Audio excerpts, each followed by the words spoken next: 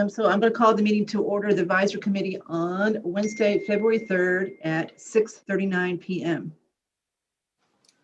Pursuant to Governor Baker's March 12, 2020 order suspending certain provisions of the Open Meeting Law, General Law, Chapter 30A, Section 18, and the Governor's March 15, 2020 order imposing strict limitation on the number of people that may gather in one place, this meeting of the Southborough Advisory Committee will be conducted via remote participation to the greatest extent possible.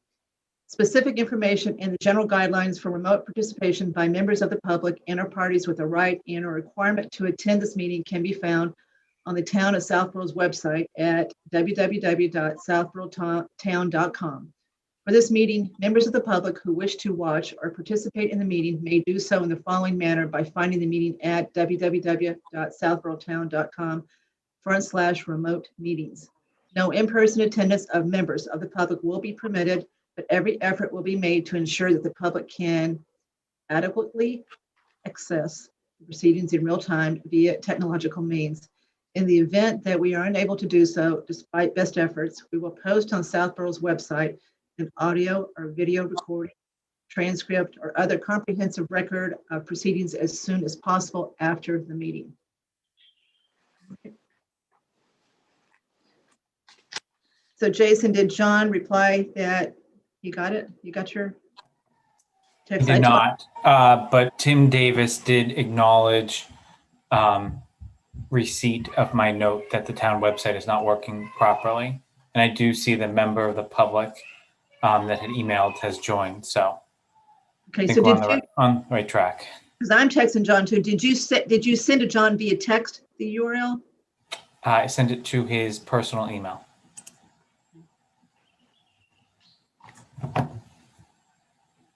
Jason, if you have a link or something you could send me, I could get it to Claire. I think she's having some difficulty logging on too. Yeah, let me just forward you the email. You want me to forward you the email, Andrew? Yes. So this is the link that you click and will work. Should. Can I also, I can't forward the link that I have, right? Because that's panelist. That's correct. All right. Andrew, you have the public link. Okay. I don't know. Did I say Tim Davis did acknowledge that he's fixing the town website?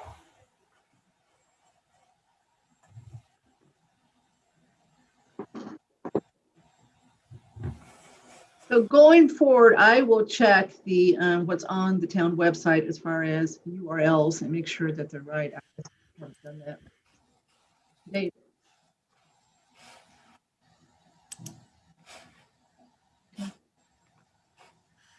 right, well, let's go ahead and get started with the minutes anyway. He can catch up with the minutes. So can Claire. Well, so you want to take charge, Andrew, and get the 14th and the 20th. It's approved, hopefully. Okay. On the version of the January 14th minutes that I circulated on Sunday, first time I circulated them, Jason had a comment on line 97, and the version I sent out should reflect your comment. It says, JM disagrees as the collections year to date are 70K below what they should be. So that comment should be in there. If anyone else has any comments or edits, not hearing any. I never submitted mine, so I was fine. Okay, so I'll make a motion to approve the January 14, 2021 minutes. Second. All in Okay. favor, roll call vote. Judy? Bud's eye. Cook, aye. Andrew D? Aye. Jason? Aye. Mr. Martell? Aye. Mr. Pfaff? Andrew, you're muted. Aye. So 6-0. All right, let's go to the 20th. Okay. The January 20th. Okay, hold on a minute, Andrew. Claire's here. So Claire, can you unmute so we can catch you up where we are? So I'm Claire, here. Thanks, Yeah. guys. Sorry, there was some problem with me getting in. I apologize. Not your fault. Wasn't you? it Well, was thank you. it's posted wrong, so we know that. Anyway, Claire, we just approved the 14th as distributed Okay. Sunday, so they're approved. Okay, now we're going on to the 20th. Go ahead, Andrew. And on that, Claire, was I moved, Judy seconded, roll call vote, everyone yay. So my question is, and that includes the latest updates that I put in from No, Jason. we're talking about the 14th. Oh, I'm January sorry. 14th. Okay. Yep. Okay. Gotcha. January 20th minutes. So Claire, I haven't circulated the version you just sent me with John Rooney and Jason's. Right. I'll just Okay. talk on the phone, okay, and explain what the edits are. Do you want me to bring up my edited copy? I don't think so. We can't read Okay. it. Yeah, All right. okay. Let Andrew describe what the. Okay, so John Rooney's edit is just to on round line like 94 to 96, where first draft it said JR stated that he wished to be recused as the discussion would involve town employees. He was removed. He instead proposed to say JR recused himself from any and all discussion of town employee policies. And then at line 133, after the discussion of a vacation time and 6 hour rule, it says JR returned to the meeting. So anyone have any question or concern about that? Nope. Okay, and then Jason's proposed edits are to the section in Roman numeral 7, which is about the accrual of vacation time. So I'll just go line by line and describe what they are. Okay. Line 95, this is more of a, like a style thing. Should say which town employees received a payout on vacation time at the end of FY20 and what was the amount? Question mark. So that was stating his initial 2 questions. On line 105, there's a parentheses describing how the treasurer had indicated to him that he never used this buyout and had no intention of doing so. And the parentheses is amended to say, although the town is contractually obligated to pay it, and then Jason added, if he ever chose to. Line 109 to 1011, it's amended to say, related to personal time, comma, the fire union doesn't have anything in writing with the collective bargaining unit, and there was no deliberation in executive session of the Board of Selectmen. Period. New sentence. The contract is very clear on vacation payouts in the event of vacation suspension. And then last 2 on line 12, where it previously said JM feels that payout of $50K fire department, it would say, it would add this detail. JM feels that the payout of total of $50K town-wide with $40K to fire department for a vacation, et cetera, et cetera, et cetera. And then on line 118, after the word payroll, add the words in normal course. And then on line 121, after actually owed, put in parentheses approximately 100K. Does anyone have any questions or concerns about that? Hi, Mr. Okay, Rooney. so those were the edits from Jason and John. I had a couple of small things that I wanted to add on section 3.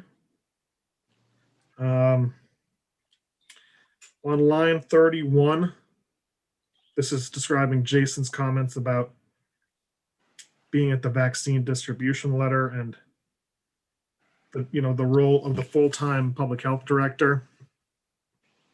So there's a sentence on line 30 to 31 that says he further emphasized that the FT director being proposed will have somewhat of a different role and more public health expertise. And I would like to also put after that, and less of an environmental role, because that I thought was a significant point. I agree.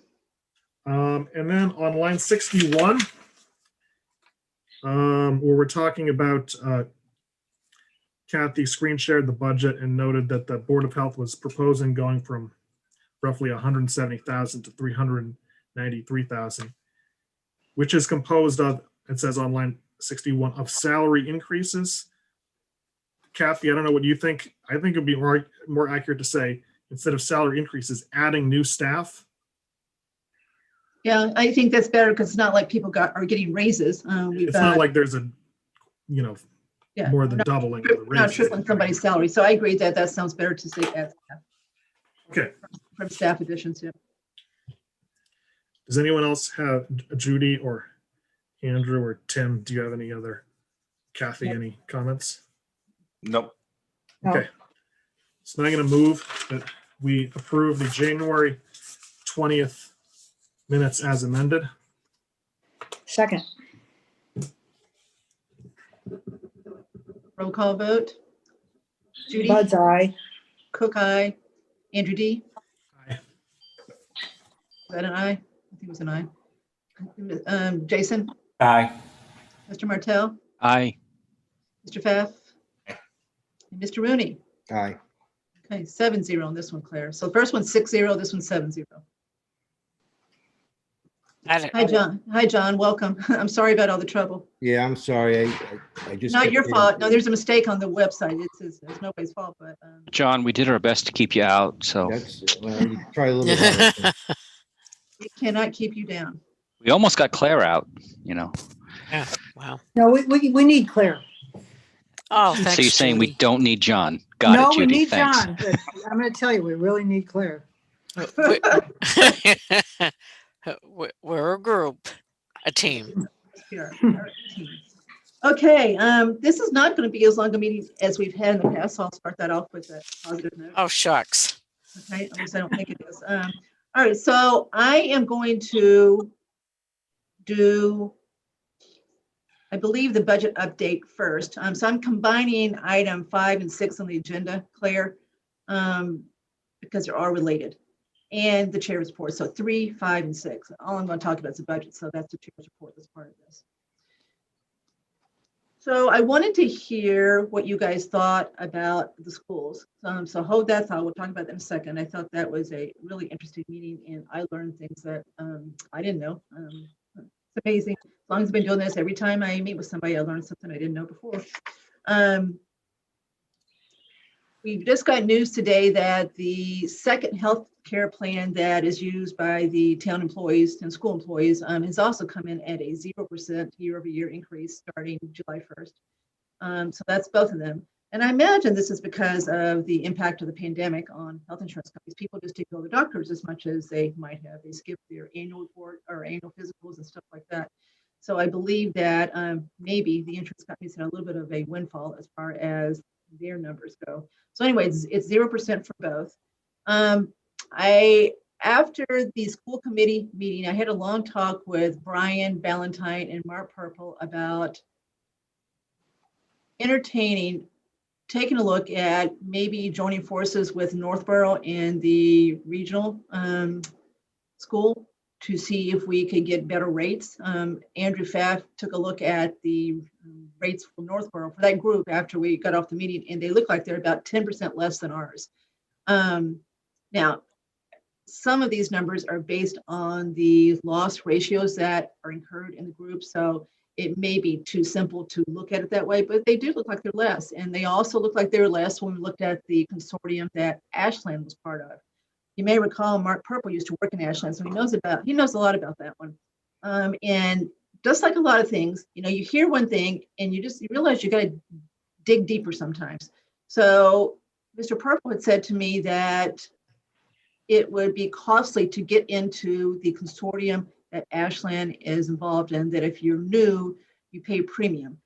I don't quite understand why. So today I tried to flesh that out a little bit more. And he said, well, it's not forever. It's just maybe, the first year, the first 2 years, and then you're part of the group. That group ends up holding a reserve. So they do try to keep the rate increases kind of steady. So just like the stabilization we're going to talk about in a second, they do have a reserve set aside so that in a bad year, they can pull from that reserve to try to keep the year-over-year increases down. So you may recall also that Greg said that they use a consultant called, and I believe NPR, maybe I'm mixing my NPR with the National Public, but it's either NPR, MPS, I think, is the consultant that they use in Northborough to basically help them manage their healthcare plans. We do too. So we use the same company. And so I asked Mark and Brian whether that company has ever said you guys should join forces with Northborough. And the answer was that he thinks they've looked at it, but he doesn't really know what the result was. So they're gonna they've agreed to pick up the phone and call him and start talking about this again. We've got time. Plans don't start again until July 1st, to see if there would be any financial benefit to expanding our group and getting a larger group. So he's going to look at this consortium that Ashland's in, and he's going to look at combining with Northborough and school and the regional school committee. Go ahead, John. Did I hear correctly that the overall premiums for Northborough are 10% less than what the premiums quoted for Southborough are? That's what Andrew Pfaff found when he looked after our meeting last week. So it looks that way. Andrew, you want to make any comment? I think it was 12% on average, but yeah, roughly 10.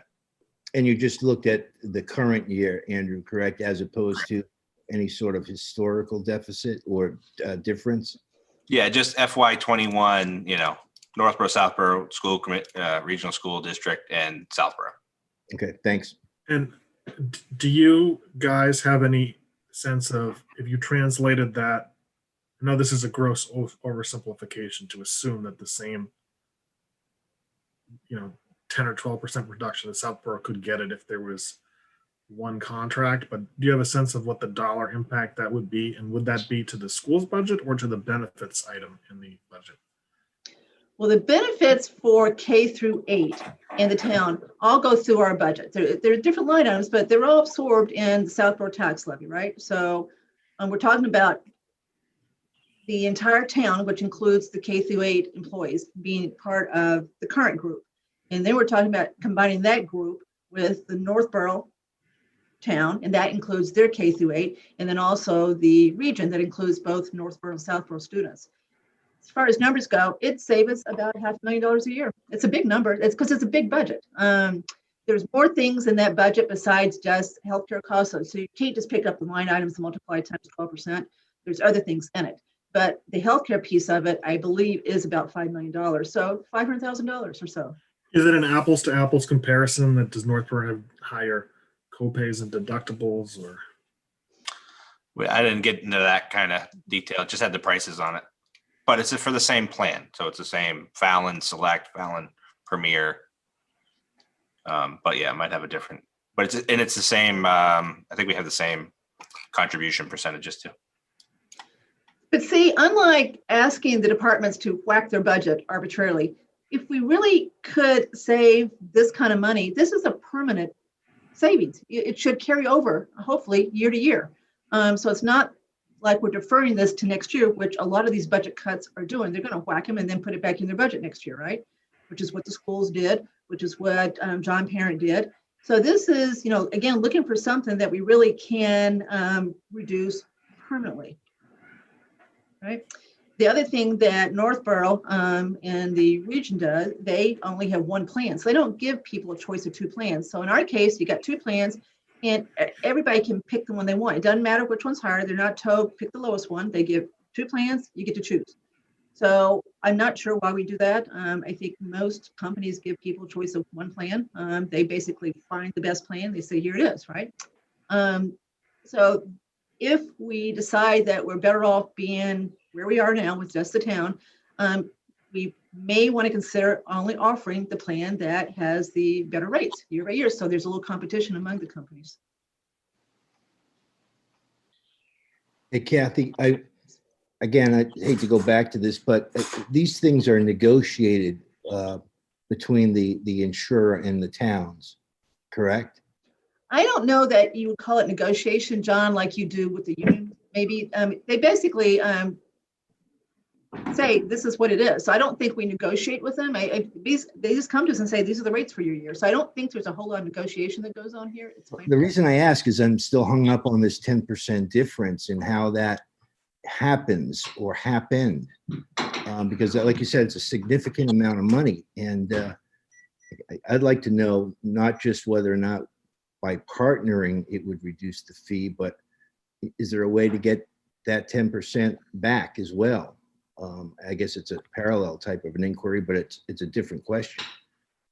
So I don't know the answer to your last question, whether you can go back retroactively and say, why are we paying more than Northborough? They look at loss ratios, and Brian did comment that Southborough's loss ratio, the amount of claims we actually make, is actually really good, and it's better than Northborough's.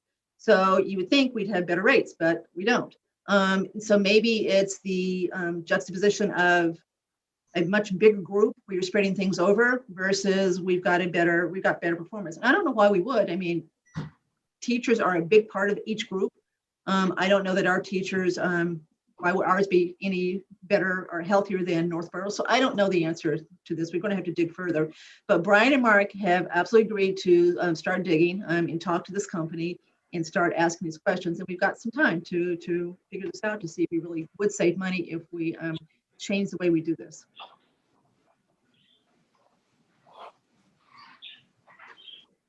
Any other comments on that one? Nope, so- Anybody disagree with this approach? Anybody have a better approach? Anybody have a different way to do this? I mean, they I said can't believe that they didn't do it. I can't believe that they weren't doing this all along. I mean, I've been sitting here thinking, whose job is it to do this? What? Well, I'll throw one thing at you, Judy. Jason, were you on the call where, no, you weren't on the call. So I have a standing Wednesday meeting with Brian and Mark. And a few weeks ago, Paul Sabelli joined us to basically talk about what he was going to talk about, advise with his budget, et cetera. But he, as you heard, he was saying the same thing the night he met with us. He is adamant that Brian Ballantyne needs help. And Brian said to us too, he can't get everything done that he wants to get done. There are things that he said reconciliations don't always get done. So he has told us he's not getting everything done that he can because he doesn't have the time to do it because he's bouncing back and forth to the counter, helping talented people as they come in, et cetera. So maybe that's one reason, is because it's something that should be done, but it doesn't have to be done. But does benefit? I don't think that answers. So Kathy, that came up in the budget meeting with the chairs of each of the committees, right? But just because Brian doesn't have time doesn't mean that there wasn't someone else in town that couldn't have been doing this. It's all about raising your hand, right? Like if you think you should be doing something, you can't get to it, then someone else has to pick it up. So I'm not optimistic we're going to get to the 10% because there's got to be something we're missing. But if we aren't missing anything, and that really is, then there's Judy's question is spot on, because how long has this happened, right? But don't you want to at least know for sure? Yeah, no, I absolutely want to know. It's such a big budget. We just got to know that we're doing the best we can, providing the plans that people need and that we promise, but at the lowest cost we can find. Tufts is going through a merger right now. I don't know what that means. That's one less company there. So you've only got a few here, 4 or 5 that are viable, and so there's going to be one less one soon. So I don't know what that does to competition. But anyway, I just don't see how we can not at least go for or encourage him to go for this and get a straight answer that is thoroughly researched, so we really know whether there is some room here to cut cost. Well, I completely agree. I mean, Northborough not only is a larger town, but they have their own public school system, and they get the benefit of all of the regional teachers, right? So they're spreading their risk across a much larger base than what we're spreading it across. So, I mean, that's probably part of the story, not knowing a lot about how health insurers work, but I mean, just think about it, right? Yeah, bigger group, you got less, you're going to have less risk with a bigger group, right? But we pay 40% of that number essentially as taxpayers in Southborough, if you really think about it. Yep. So we save a little bit on that end, right? Because we're paying our share of Algonquin on the Northborough rate. So you're right. So we're talking K through 8 as far as save, if there is a savings to be had here. All right. Anything else anybody wants to say? It sounds like everybody agrees we need to make sure that this gets thoroughly scrubbed. All right. Back to the schools. So a couple things came out of the meeting with those guys. I thought it was a great meeting. But as I said, I always find out something that I didn't know before. And this time it was the capital. So we'll get to that in a second. But we talked a little bit about their rent revolving account. So just to refresh your memory, and I don't know how this happened. I don't know why it sits inside the schools. I don't know why they control it, but they do. It may be because it started small and then it's grown and we just never really focused on it. But they use that rent revolving account as their reserve fund. So that's why we never hear from the schools as far as them needing a reserve fund transfer. I don't ever remember ever the schools coming to us with a reserve fund transfer. And that's because they've got this money that they are able to use to basically pick up anything that is unexpected or over budget, whatever. So they've got a big budget, $21 million. They probably do need a little cushion in something to give them the ability to draw from it if they need to.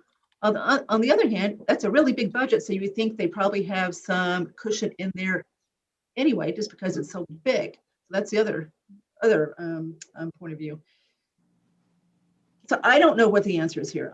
Do we want to propose that revolving fund be brought out of the school's control and brought to the town's control?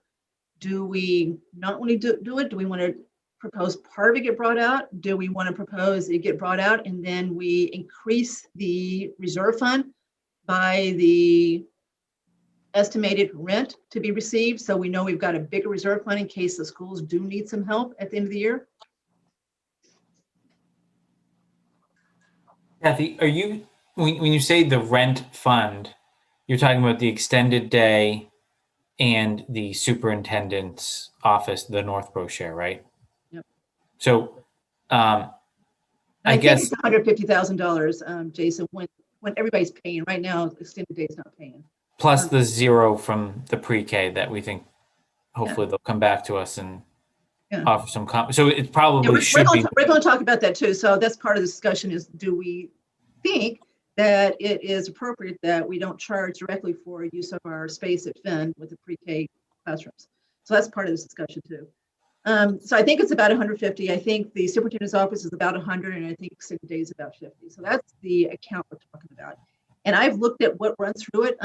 They run a lot of stuff through that account. I mean, there's just a ton of stuff that they put through that account, including capital projects, which is why I guess we haven't seen a lot of capital requests from the schools recently, because they're using that to pick them up, at least to the extent they can. Would they be capital projects where you're saying it's like $250,000? Is this? Yeah, there was one that was So over. there are items that are under $250,000. There was one that was over 100. I didn't see 250, but I did see 100. And I know that this coming year that they are contemplating using that to pave one of the parking lots, either Finn or Trotter. They don't think they can pave both. They both need paving apparently, but they were going to use it for one of them because they didn't have the paving on the capital plan that we'd already thoroughly vetted, and it wasn't there. So what do you guys think about considering moving the rent revolving account to the town, and possibly increasing the reserve fund or not by an amount to give the schools at least a little bit of comfort that there's enough money to pick up anything that they go over with?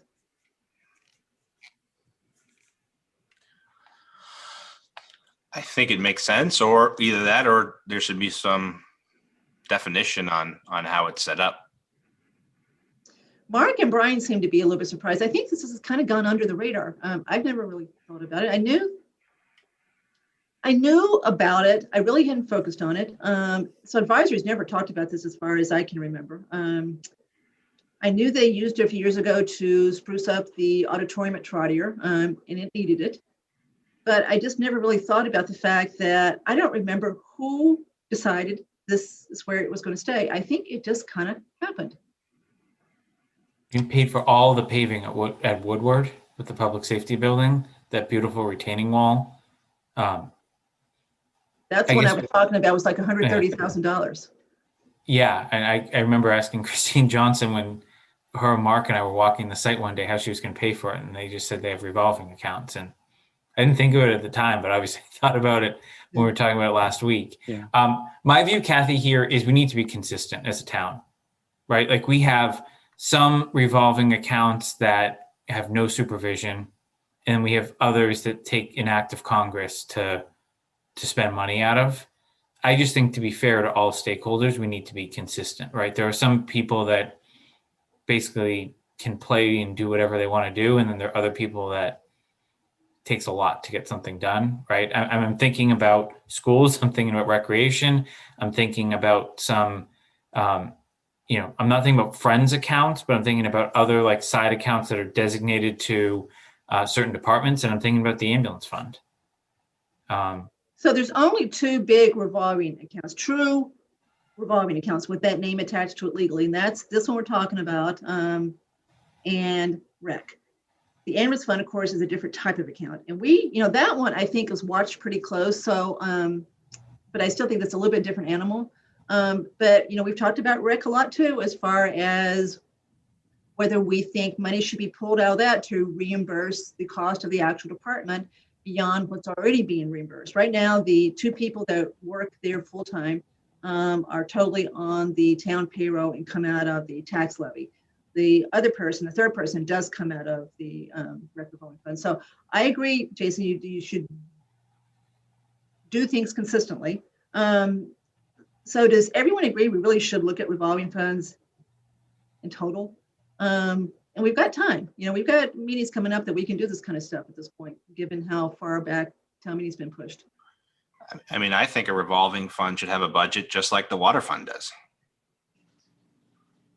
That's an enterprise fund, right? From a definitional perspective. But it had a budget prior to being enterprise fund. I don't disagree with the concept of a budget. I just think people will start throwing out the different terminology, right? And saying, well, this is why it doesn't. But right now we have no one, the rec commission decides how to spend the revolving fund. Everybody agree with that? As far as the excess money there, we listen to what they're doing, but we don't weigh in on what they do with that money. They decide at their meetings how they're going to spend the excess money in the revolving fund. So once they've paid their bills, paid for all the programs, they've got excess money. There's profits in those programs. Well, So- I mean, Kathy, isn't there an understanding that the revolving fund for rec is to fund the programs that they want to establish, and that anything left over will sit as surplus? I mean, I don't think rec has the right to just spend money as they see fit.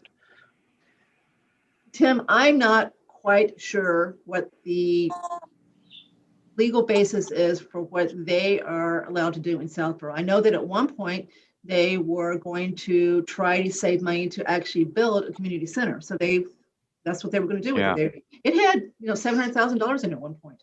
Yeah, it's important to note, right, that these funds are not intended to bypass town meeting appropriations, right? They're intended to mainly to fund programs that require a more timely expenditure of money before, in a way that the appropriation process can't support from a timing perspective. It's not intended to be a reservoir of money that a department can use however they see fit. That's completely against the nature of it. The main rationale that you get from looking at the state as far as revolving funds is simply you're trying to match expenses with revenue. So because you take in the revenue for the RAP funds early, and then you spend the money over time as you start paying teachers, et cetera, the 6/30 fiscal year intervenes. And so you don't have a match. That makes no sense to me whatsoever. I mean, I don't really care that it matches. What's the cap on this fund? 400,000 or so. that can be expended. That can be expended per year, correct? Yeah. And I'm not sure there is any cap on the school one that started this conversation. Yeah, so that's what can come out to basically pay bills that the town incurs for the RAP teachers, et cetera. So that's the limit. And I don't even know, I mean, it really is just kind of nebulous why you even have to do that. There was one year where I was looking at the warrant. Years ago we sat on the stage and you didn't, you could run around and stuff because nobody could see you, right? And I was looking, and I went up to Brian, who sits in the back, and I said, Brian, where does this number come from? And he said, I don't know. And it turned out it was wrong. It was a really outdated number, so we had to change it real quick. So I think the whole thing should be looked at, and no one so far seems to disagree with this as far as the rationale for it. I mean, we did the same thing with the golf course, right? So we've got a revolving fund. It's much smaller, but again, because you're going to pay the fees up front and then you're going to incur the cost throughout the summer. I just don't know why we have to match it. It doesn't, this is not a publicly traded company where you're really trying to match revenue and expenses here. So I just don't buy this rationale for having to have a revolving fund. I don't think much of them. I don't think much of the, ambulance fund. I don't think that they serve the purpose that they're supposedly intended for. So I think maybe we really should take a hard look at revolving funds and see if we think things should be done differently. Well, Can I edit that wording to just be all funds, all special purpose funds in town? Yes, you can. can I ask a question for my own edification that might help me here? What is the difference between a revolving fund and an enterprise fund? I'll do the best I can. Anybody else can chime in. Enterprise fund is like a separate town. I mean, it really is its own thing. It's got its own P&L. It raises its own money. It really is totally separate from the town that's associated with. And the state does recommend water funds be enterprise funds. So we did what the state recommended. So it really has to basically generate the revenue to cover all of its fully loaded expenses. So I think that's the point, is to make sure that it generates It's like a enough business. revenue. Yeah. So it's really a separate business, just like Algonquin's separate from us. So it really is separate. It's supposed to raise its own money to cover its own bills, and it was supposed to be fully loaded cost. No impact on the levy at all. No. Whereas the So revolving Kathy- fund is just money moving in and out that does affect the levy, but we don't. Yeah, it's just, and Well, revolving doesn't impact the levy, does it? Or tax rate? well, It could if Like, you were taking stuff out to supplement the general fund, I think. yeah. So when the money comes out, that reduces, what you got to raise for taxes, right? So you bring that in to offset, but it's a dollar for dollar offset, so it doesn't really change anything. It's reimbursing the town for bills. There's no profit coming out of it, so it really doesn't affect. So it doesn't affect anything on the levy at all. The fees are paid, it goes into it, and then we pull enough fees out of it to reimburse the town for certain expenses. If we didn't do it, if we left the money sitting there and didn't pull any out, then it would affect the levy because the town would absorb all those costs. But what Jason's getting to is there's all these little pockets of money around. A Harvard bookstore donates money every year to the police department and to the fire department. And so the police department and the fire department decide how they spend that off budget. So they, to the extent they find something during the year they want to spend it, they use that. So there's lots of those little pockets sitting around.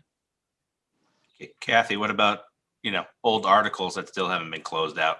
Should we have a feeling about how long these things should stay open? Well, every year we do look at those, Andrew. So we do look at them. I've done the last 2 or 3 years. I've just gone, we've gone through them and they've explained when I would ask, well, why can't they be closed? They'd have a reason for it. But what we should do this year, I think we should take it a step further. If there is an open warrant article for which something for fiscal year 22 could fit, and you've proposed one of those, right? If there is, so they really could use it for that, then that would actually help the fiscal year 22 budget. Closing out a warrant article is not going to help fiscal year 22. It will help fiscal year 23. So if you want to help fiscal year 22, we've got to find something that fits into what that warrant article was intended for, that we want to spend for fiscal year 22 that would take a little pressure off the levy for fiscal year 22. So long answer to your short question, yes, we absolutely should look at the warrant articles again closer. Carla is new, right? So she's not as familiar with them as Heidi was. And so Heidi could just go boom, boom, boom, boom. Why not close it out? So it's a conversation with Carla, just to go through them and see what she thinks and see if we agree or disagree. Any capital item is already required by the new capital policy as well. Say that again, Jason. Anything that's capital in nature is now required by the capital planning policy that was adopted by the board a couple of months ago. There's an annual closeout process that's formal. Like it has to happen regardless of who's sitting in what chair and what committee. Like it's now supposed to The happen. capital items, those get reviewed and those get analyzed. For example, do you remember the golf course when we bought that? Mr. Rooney will certainly remember this. He did this. So they negotiated a certain price, right? 4.5 million or so. And then when St. Mark's did their due diligence, they came back and said, well, we don't want the stump dump. So you don't get credit for that. And they had some costs that we had to pay and da-da-da. It was another almost $500,000. Well, guess where that got paid from? There was an old warrant article that hadn't been closed out that the town felt was close enough that we could use that money to pay that excess cost. So that's example of, maybe why you don't want to necessarily keep those articles open. I forget what that warrant article said. But it was a doesn't save you, closing them out doesn't save you money in FY22 if they have planned to borrow, because like if you think about public safety building, that still has money on the books, even after the rescission at last town meeting. That's But correct. Brian has not borrowed the full amount and doesn't intend to borrow the full amount. So, squeezing something into that article, let's just say there was something we had to do with the building, that's actually going to cost the town because then you'll have principal and interest that really hasn't been budgeted in any of the forecasts. And the you're right. bonds. And the one I'm talking about may not have affected taxes either because it hadn't been borrowed yet, but it let them at least find a place to put it without having to go back to the town and. Right. I increase think it's two separate things, right? It's, should you leave it open for decisions of town meeting, or should you leave it open to, arbitrary decisions? So, Andrew, we absolutely should look at those again. And it looks like capital is going to be dealt with the new policy, but the other ones have no similar policy. So we definitely should look at those and make sure there's nothing hanging out there that we believe should be closed out that's not intended to be closed out. Every year they do close out some. I mean, they do look at this too.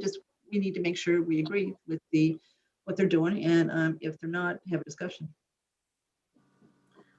Would the revolving fund spends over 5,000 be captured by the Board of Selectmen's policy? Say that again. So the Board of Selectmen, whatever, spending over your line item, right? That policy they put in?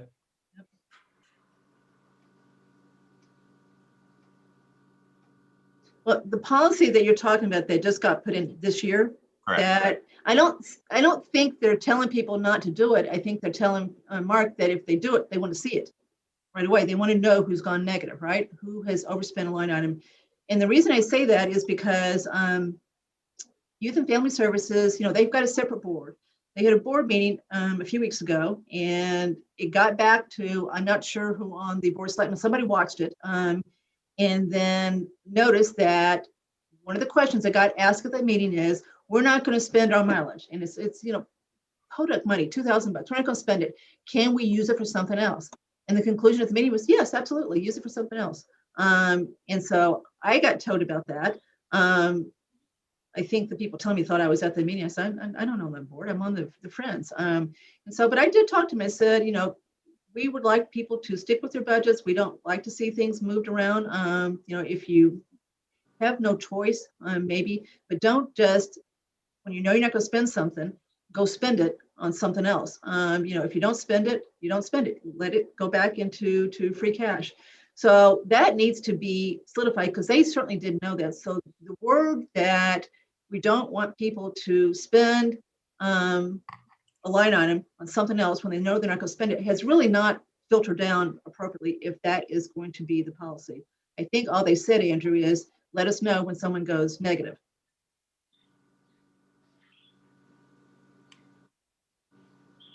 And if they think it's filtered down, it clearly hasn't. It's got to be said again in a more clear manner as far as what not to do. How does that work from an accounting perspective? I mean, I know where I work, you can't spend over a line, like they won't issue a PO for it. So you would have to overspend a different line item and underspend in another one, and then basically they'd only hold you accountable to a higher threshold being budget to actuals. Is that right? It's bottom line as far as they've been concerned over the last few years. So they look at their bottom line and they believe as long as they don't overspend that bottom line, they're fine. I don't think the state cares what you do within a budget. Advisory and the Board of Selectmen have to approve inter-department transfers, not intra-department transfers. So I don't think there's much concern at the state level. as far as moving from one line item to the other, as long as your bottom line is not breached. Okay. Okay. Okay, so going back to all, what do we want to call these, Jason? Side pockets, revolving funds, other deposit accounts, other donation accounts. Do we agree we really want to review those in detail and see what we think as far as possibly changing the policies on those? Is that where we're coming out, Hey, Kathy, John? what I would like, before we go down that road, I think it would be important to understand, say, for instance, in the schools reserve fund, if that's what they call it, what the amount is, how that amount has been spent in prior years, and take their temperature about it coming into the town's reserve fund and the impact it would have on them in that regard. Because essentially it puts another level or another set of eyes on their spend on what I guess is really a self-created reserve fund. Yeah, which is kind of the whole purpose of this. So the question is that a legitimate thing to do or not? Is there enough oversight in the schools within what they do? You know, they've got a bottom line budget, right? We have no control over anything they spend within that bottom line. We control the big pot of money or have input in the big pot of money. They can move anything they want to among any line item they want to. That is absolutely legit. So we can get the answer to your first two things very quickly. It's about $150,000 a year currently, and we can certainly get a history of what they have used those funds for a period of time. Pick the time. As far as their temperature, my guess is it would be raised. Why would they want this to happen? They probably won't. I don't know how vociferous they'll be about it. I've talked to Roger Challen about it. They know that we're asking about it. So my guess is they're expecting to talk about this. So we certainly can get the history. We can see what the monies are, and then we can decide how we want to approach it. So can I just make a comment? I understand that the arguments in favor of bringing it in more into the budget are, fair across all departments. But so the number is now it's $150,000 that we think would be money that's spent out of this. 100 from the superintendent's office roughly, and it's about 50 from extended day. 50? I think so. So 200,000. I'm just looking at. No, 115 total. 100 from the Okay, superintendent's office. sorry, $150,000 in total. And the FY 22 budget for K through 8 is $21.9 million. It's not that much money. In No, and that context was of- my point, Andrew. The town's got 180 for the whole town, right? $180,000 reserve fund. $150,000 is not a big percent at all. If something blows up, it's not much money. So that's why I said rather than just take it from them or propose taking it from them, it's obviously going to have an agreement here. Do we want to increase our reserve fund, the overall reserve fund, by that amount of money so it's bigger, so they have comfort to know that there is a much larger town reserve fund that they could ask for transfers from if they needed to? And this was from Mr. Purple. He said, but when you got $21 million, look at it another way. They probably have some cushion in there already. I don't know where it is, but they probably already have some built-in cushions apparently in other accounts. I don't know where they are, but that was his take on it. Kathy, it goes to synergies, right? Like I don't want to jump to a conclusion before we understand where they've spent the money, but using the paving as an example, given that they did it at Woodward and we know they're going to do it at the other schools soon, why aren't we working with Karen and piggybacking that while a paving company's already in town doing whatever roads that we're appropriating through DPW, right? You clearly, it doesn't take a rocket scientist to know that there's synergies there instead of having schools go out and bidding through this special fund, right? That it's going to connect the dots more instead of everyone in their silos. And, I think we should let them at least explain what they're using it for and all of that. But there's benefits beyond just, whether it goes to reserve fund or not. It's how do you kind of create this checks and balance? And a lot of it may just be optics, but I do think there's obviously some dollar savings on the table here regardless of whether it's schools, recreation, or other pockets. I think silo is a pretty good word here, which is what we've got. I mean, you've got that. So we're going to talk about other department synergies in a second too. This kind of leads into that one too. If it turns out that they do need to spend the entire $150,000, what I was trying to find is permanent ways to increase our revenue, rather than, again, nitpicking these budgets every year, having people defer from year to year. In this, if they're going to spend it, it doesn't accomplish that. They just spend it anyway. So it doesn't add anything to our bottom line. If they're going to spend that $150,000, they really need it. They're going to spend it. They've shown they spend it every year. I don't know. So Kathy, my only thing is looking at the detail on what they're actually spending it on. It's almost entirely facilities maintenance. So it's, you know, little ticky tacky, $1,000 here, $1,000 here, and the fin boiler, but repairing the roof. The fin boiler that's a temporary place. So Yeah, but I mean, it's just, you know, it's $20 for zip ties. It's $50 for some ducting. It's different things, you know, it's all facility. It's basically facilities maintenance stuff. But then, I mean, there's a follow-up to that, right? Where's the controls around that spend? Yeah, and so Tim, you know, if they put it where it should have gone to begin with, that kind of stuff should be in their repair and maintenance account. And then if they run out of it, then maybe they look to this. But if they look to that first, then what does that let them do? Then they get to go ahead and spend, you know, the repairs and maintenance out on things that they might not need to. So I do think it does take the pressure off the budget by doing what we just described as being done. Or do we adjust the facilities maintenance article to include, you know, stuff that the school might need and make it instead of 100,000, 150,000 or 200,000? We're going to get to that in just a second. So hold that thought. Just a We're thought. rolling into that one. It's all kind of interconnected there. So, all right. So far, no one seems to disagree that we should look at this further. If I just want to make a broad statement. So you're saying that when rec comes to us and says, we need new lights, which they do, or we need to fix our field, and then we give them money, they actually, that is, we help. But they actually should have some pocket of money that they should use first, which they do. So I'm sort of unclear about. That's one school of thought, Judy. Don't we? I mean, the town supports rec. They want to have good fields. They want to have lights. You do. The only that I remember, the only people who objected were the neighbors who thought the lights were going to come in their living rooms and their bedrooms. I mean, there's a level of trust. I mean, how deeply are we going to look at the?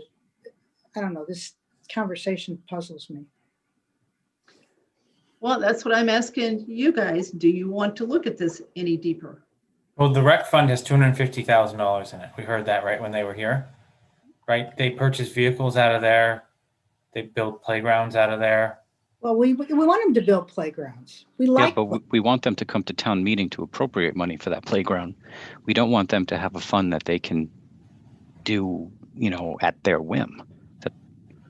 That's not the way the money should be spent. So, Judy, you've got one school, Tim's got, so that's your schools of thought. Do you want rec on their own without any oversight to the rec commission to be able to spend the excess profit that they generate from the different programs that they run? Or do you want there to be oversight from the committees that deal, for example, you've now got a capital planning committee that is very viable. Do you want everything that is capital in nature, regardless of how it's being funded, whether it's being funded through the ambulance fund, through the rec commission spending, through the school? Do you want it to run all through that? And then that's fine to spend it. Or do you want the schools to make their own decision as far as what they use it for, rec commission to make its own decision as far as what they use it for? Yes. I want them to make their own decision because I think they're the best decision makers. And the I schools They want too. know what they need. Yeah. And I would say, Judy, I want them to come to town meeting and tell us what they want so that we can support them to do what they feel is needed.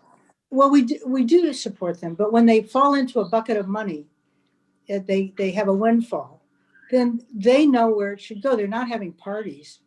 They're not, going Well, away I for mean, the we have weekend. a couple examples, one from the schools and one from rec, where we had illegal theft of money. So, Well, I mean, Okay. I there is that. I don't have that trust. You know, just to play devil's advocate and make it to the extreme, should all revenue generating areas have control over their money? Police should get their detail money to do what they see fit. Board of Health should get their, inspection money to do what they see fit. I mean, you take it. I think the issue I have is that it's not consistent. Some people get their own money in a revolving fund to do with what they want. Other people have to return it as local receipts to the town coffers, and then they have to come to the budget and procurement process. And Andrew, with your two examples, the police don't get their detail money. That goes in the general fund, and Board of Health does have a revolving fund for what goes through Board of Health. But hang on, Board of Health gets only for their vaccines. They have a revolving account for their inspection. They go out and inspect the septic. That goes in the general fund. Yep, good point. Yeah, that's what I was saying. Inspectional services. Wasn't that like 50K or something like that? I don't know what Well, it is, the but it's- presumption is that that's the kind of money we're talking about. It's the windfall, whatever you want to say. It's not, they end up with extra money. They end up with another $300. They say, Rex said, we need lights. We have to have lights. I'm not going to argue with that. They know what they need. They know what they're, to me, that would be a waste of time. Now, we did talk about it a long Well, time. Judy, we certainly want them to originate projects that they need. No doubt about that. We're not going to go to them and say we need lights. They're going to come to the town and say we need lights. But a few years ago, the budget. So REC had put together a capital plan that had $20 million in it. And it included a new building, included a community center. And they were going to they thought they were going to fund some of it by their revolving account. That's clearly a town decision. Something that big has got to be totally vetted by the town and approved by the town. So that's an exaggerated one, but it's a true story. Yeah. So the example that Jason gave, as far as the DPW goes, if we've got multiple paving projects, there probably is an economy of scale to combine them. So you get the pavers out for one day and go from one parking lot to the other and save some money. But when you've got the schools making their own decision on their one parking lot and then Karen making her own decision on others, you don't get that. So. Yeah, I get your point. But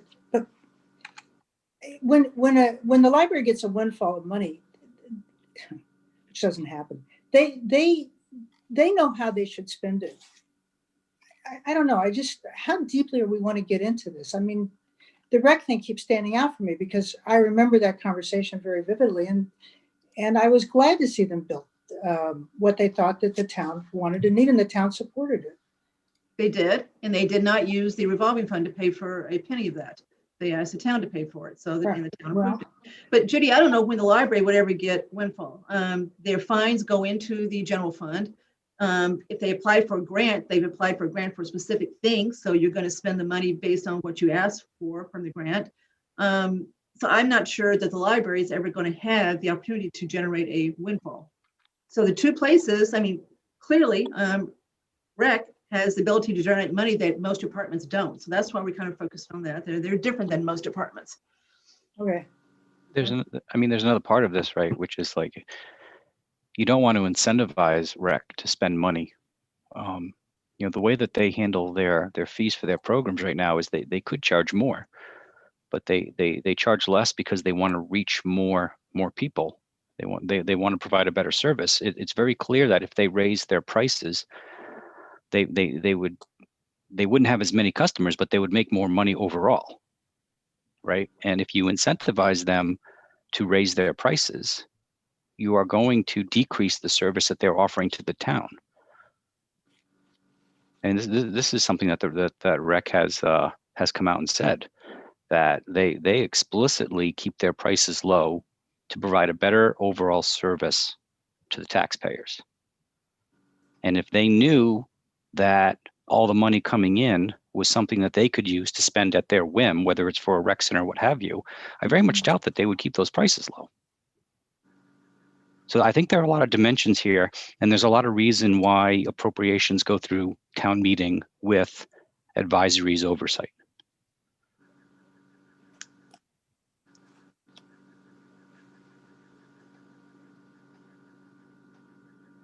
It's not like the rec department costs are totally covered by the fees that we charge for the programs. It does cover one person, but doesn't cover the other two. So, at the minimum, why don't we ask for at least some of the profit to cover the cost of the two other people in the rec department? And again, you're incentivizing them to raise prices to do that. All right, anybody else want to talk any more about this? It sounds like the majority, if I counted right, do want to at least continue to pursue this. Until we Yeah, really- Kathy, you don't count me in on that vote. I understand. Don't We're worry. not going to vote officially, John, but I understand. So John Yep. Rooney, Claire, make it clear that John Rooney did not discuss this part at all.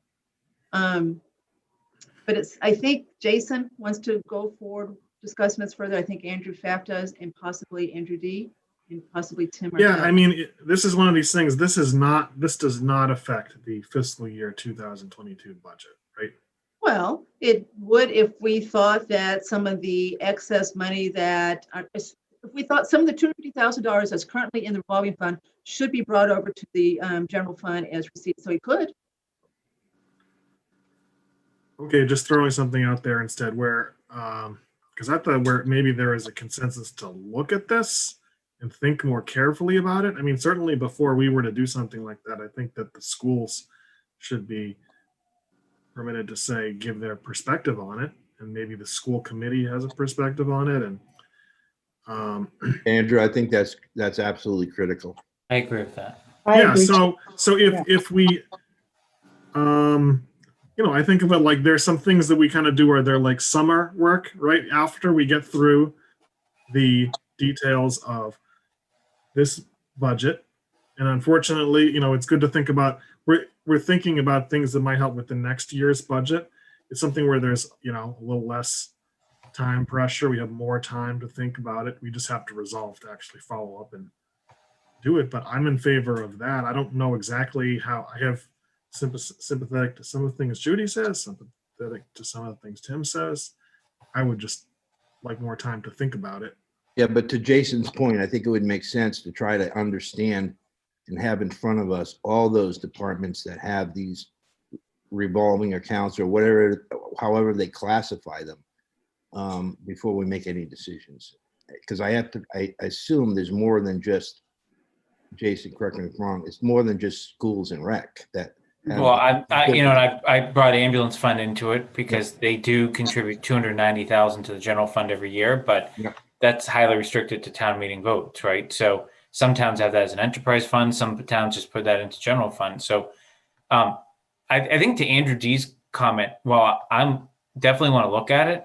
I only want to look at things that absolutely have a potential to impact FY22 now, and then agree that this should be summer work. And each liaison should work with the owners of each of these funds to allow them to come and present, and then we make a comprehensive plan. But I think we have a lot of work still to do on the operating budget and with these other articles, that this, unless someone sees a magical path here, I don't know that this is the right time for it. But just following that thought, Jason, so like if we were to say, no, there's a part of this we really want to focus on for fiscal year 22, we're trying to keep down the tax increase. Mm-hmm. So like taking the school, so there's got $150,000 revolving fund. If we have an extensive analysis and say, no, that the rent should go into local receipts, and then we'll adjust your budget so that we increase a couple of these line items. The ultimate impact is it really going to have a big impact on it's $150,000 where we're going to be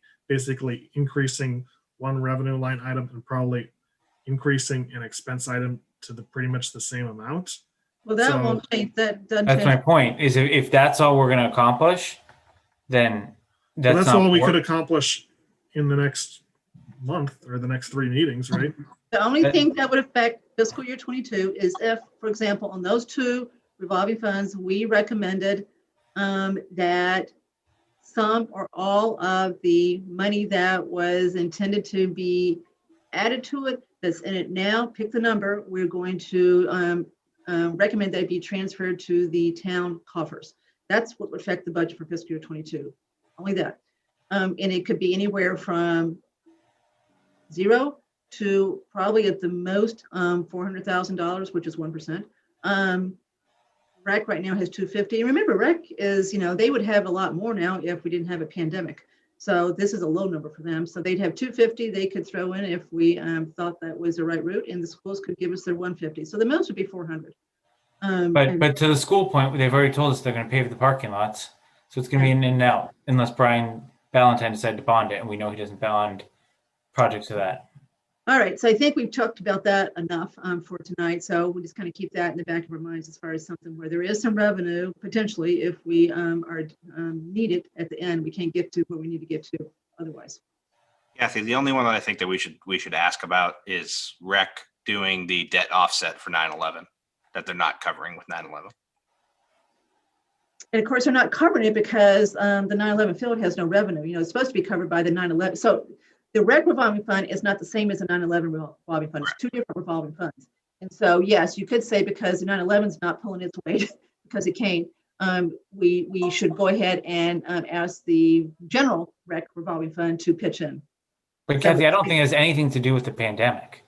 I think it has to do with the fact that we bonded something over 5 years that really should have been bonded over 15 years to spread it out. You are incorrect, Jason. We got $45,000 from that revolving fund in fiscal year 20.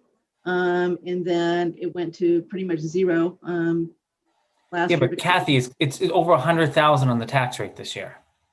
I understand, but we still got $45,000. So the question is, you asking about the 40 or over the 100?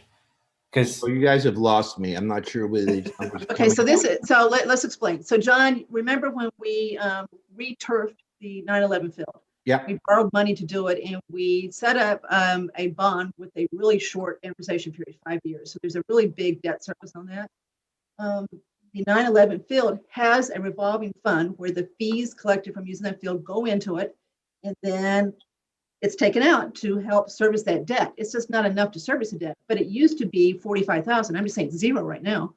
So Jason, it's never been the full thing for sure, but it was $45,000.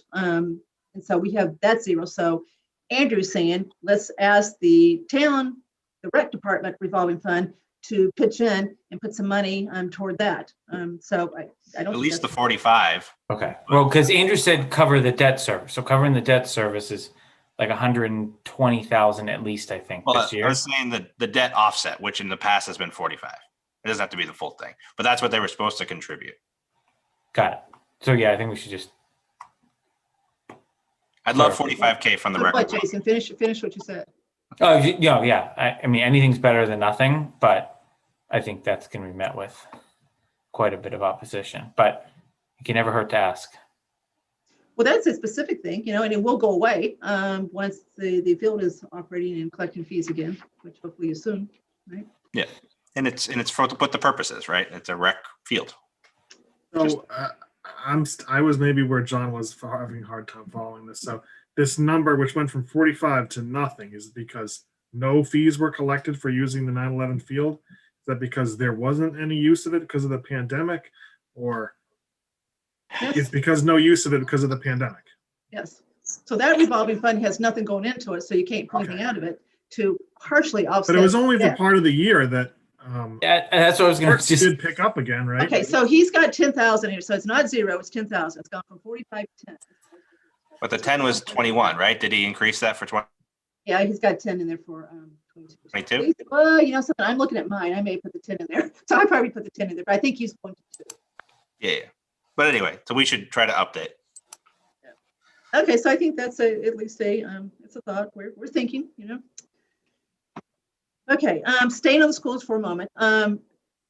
We brought up possibly consideration of combining a couple of the departments from each side, facilities and IT. we're going to meet with the MTC, the Technology Committee, on the 24th. And so everybody needs to be ready for that, especially Mr. Martell, so that we can broach that to them too. It sounded like, I don't know what you guys heard, but Greg sounded receptive to considering at least the technology one.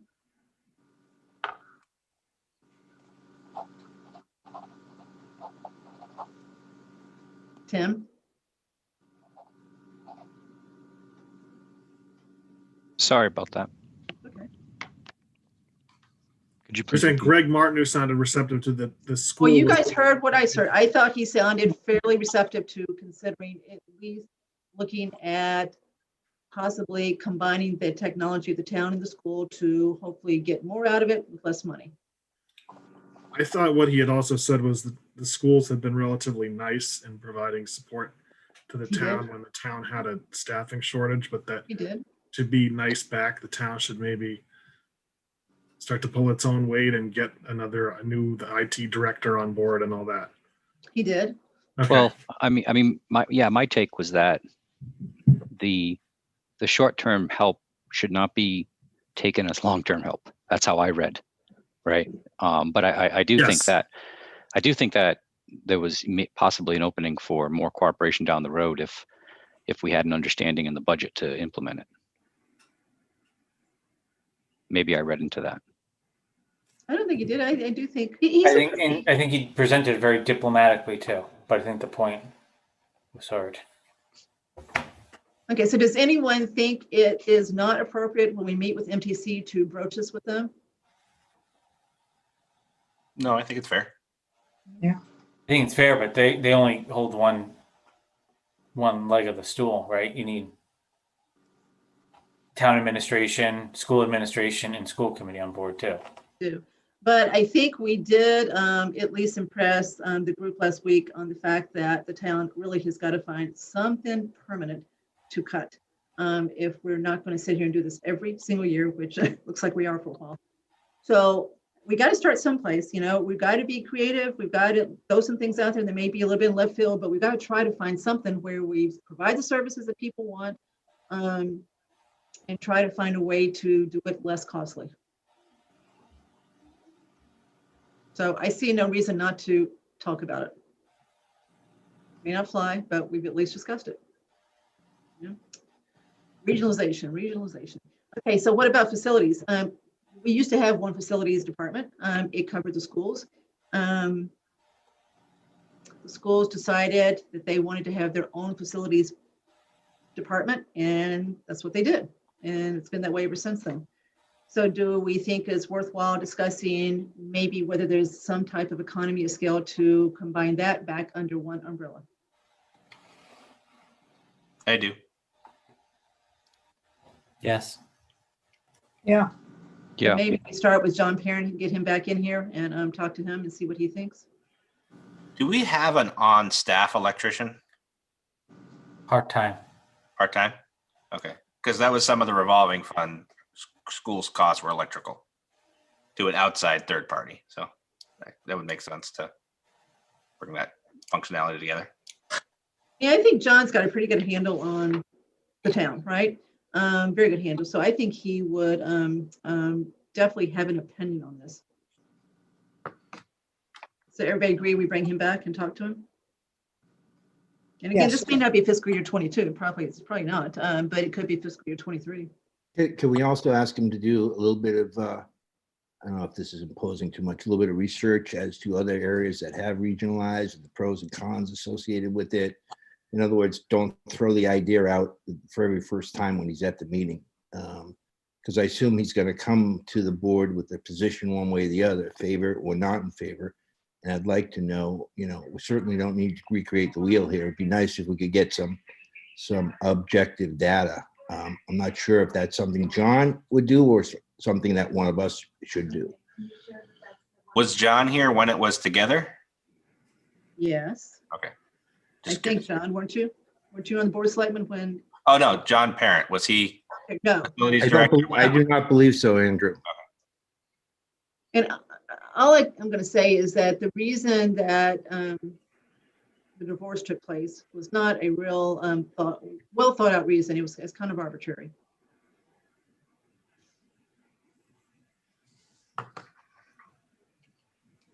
Even if it's cost neutral, you're probably gonna have a lot better service for both. But I think obviously there's probably savings. So All right, so it sounds like we're on board at least looking at this further, if I read the room correctly. Okay. All right. Judy, you're okay with that one? Yeah, Okay. All right. Stabilization. So there has been a lot of discussions in different committees recently about stabilization accounts to be set up. We actually heard from the region last week, the regional school, that they would like to see one set up too. So we've got lots of people talking about different stabilization funds. And I'll throw one at you that no one's talked about, which is trying to stabilize free cash. So I think we really do need to roll up our sleeves and start talking about stabilization again, maybe starting with where advisory left off 10 years ago. But we've got people on the capital planning committee talking about forming or trying to support a capital stabilization fund. I think we should absolutely look at a free cash stabilization. If you just look at what happened this year, that's kind of the example of why you want one, the way it bounced around from last year to this year. You've got the school on the regional now talking about they would like to have one, and they'd like to come back to the town of Southborough and ask us to approve one, which we did not approve 4 years ago, but Northborough did. Hey, Kathy. Yeah. How are we going to fund these stabilization funds at Okay, this so point?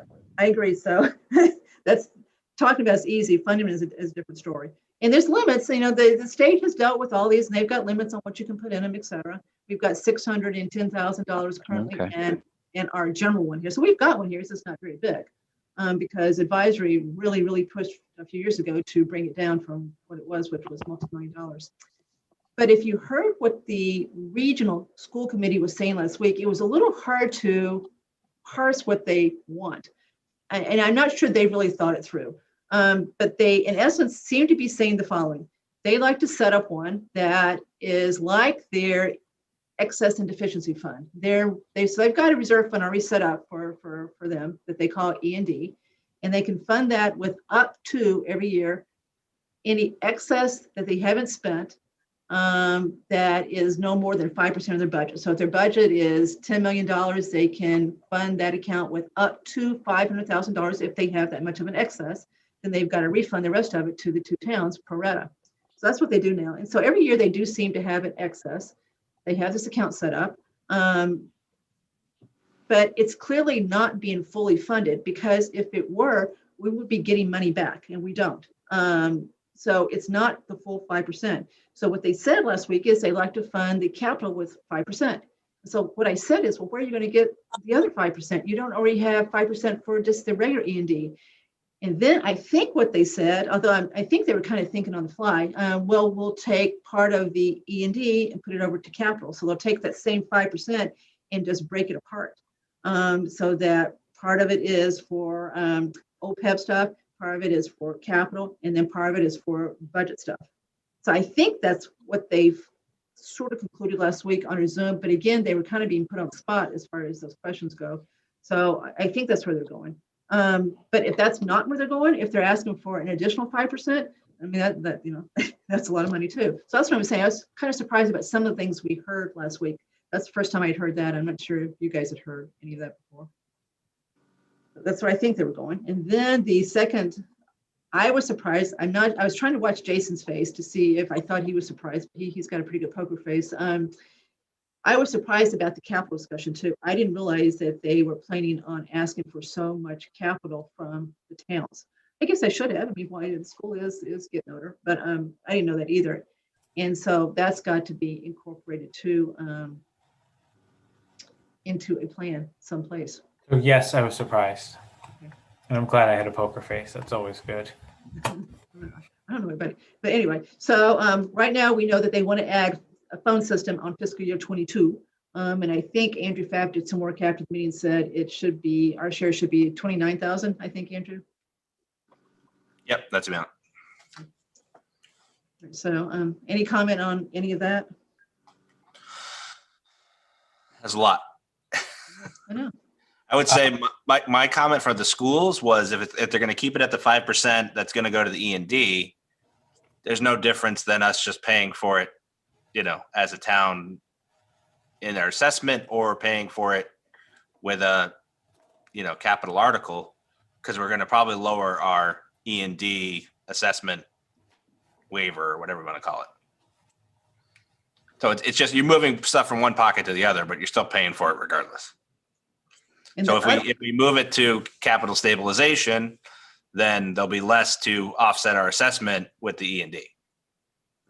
Not only that, Andrew, if they keep using E&D to basically bring down each town's assessments, they've done the past 2 years, 300 last year, 500 proposed this year, they put themselves in a hole at the start of every year. So they're going to have to keep using some E&D every year, unless they're going to just say we're going to absorb it one year and just have a big assessment to each town.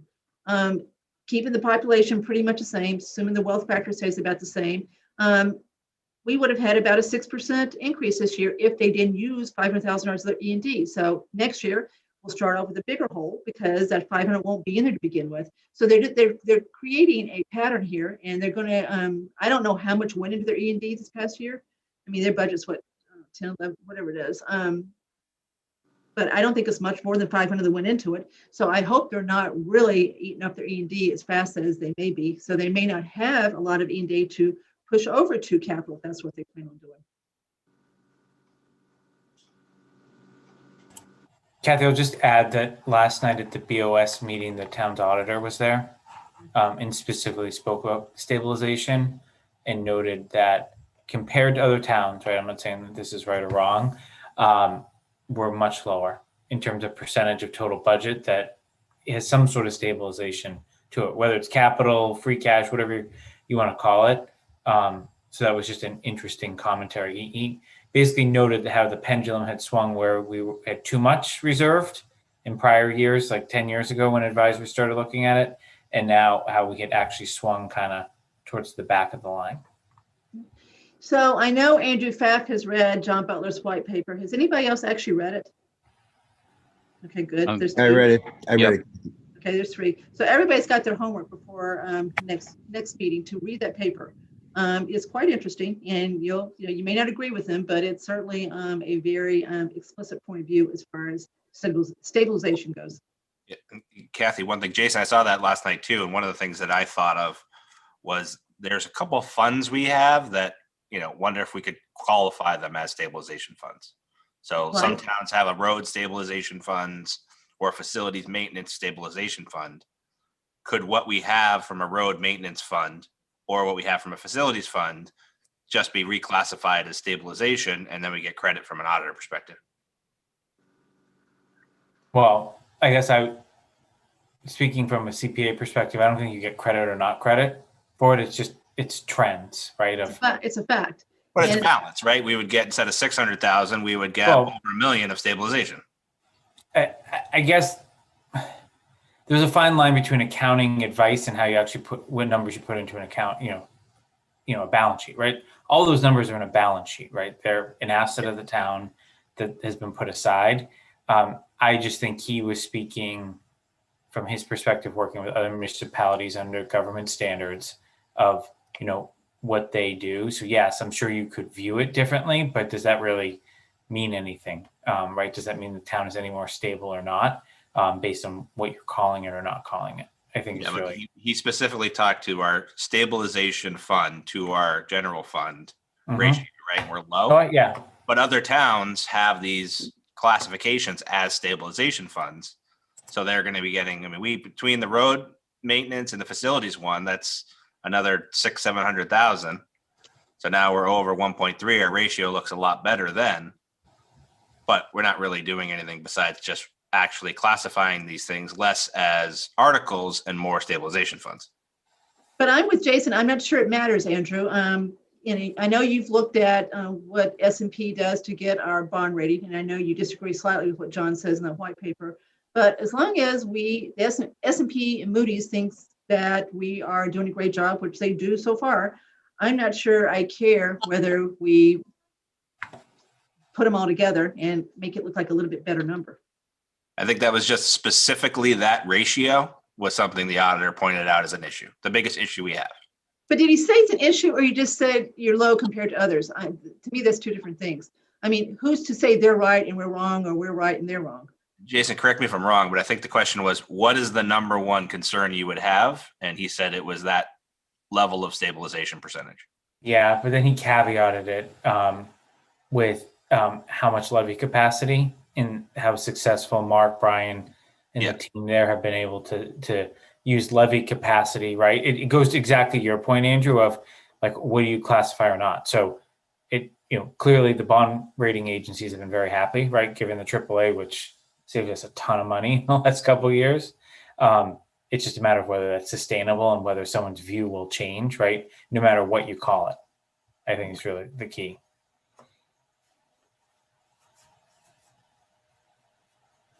So I do believe we need to have a robust discussion because it's coming up in different ways. Brian Ballantyne definitely wants to see more money stabilization.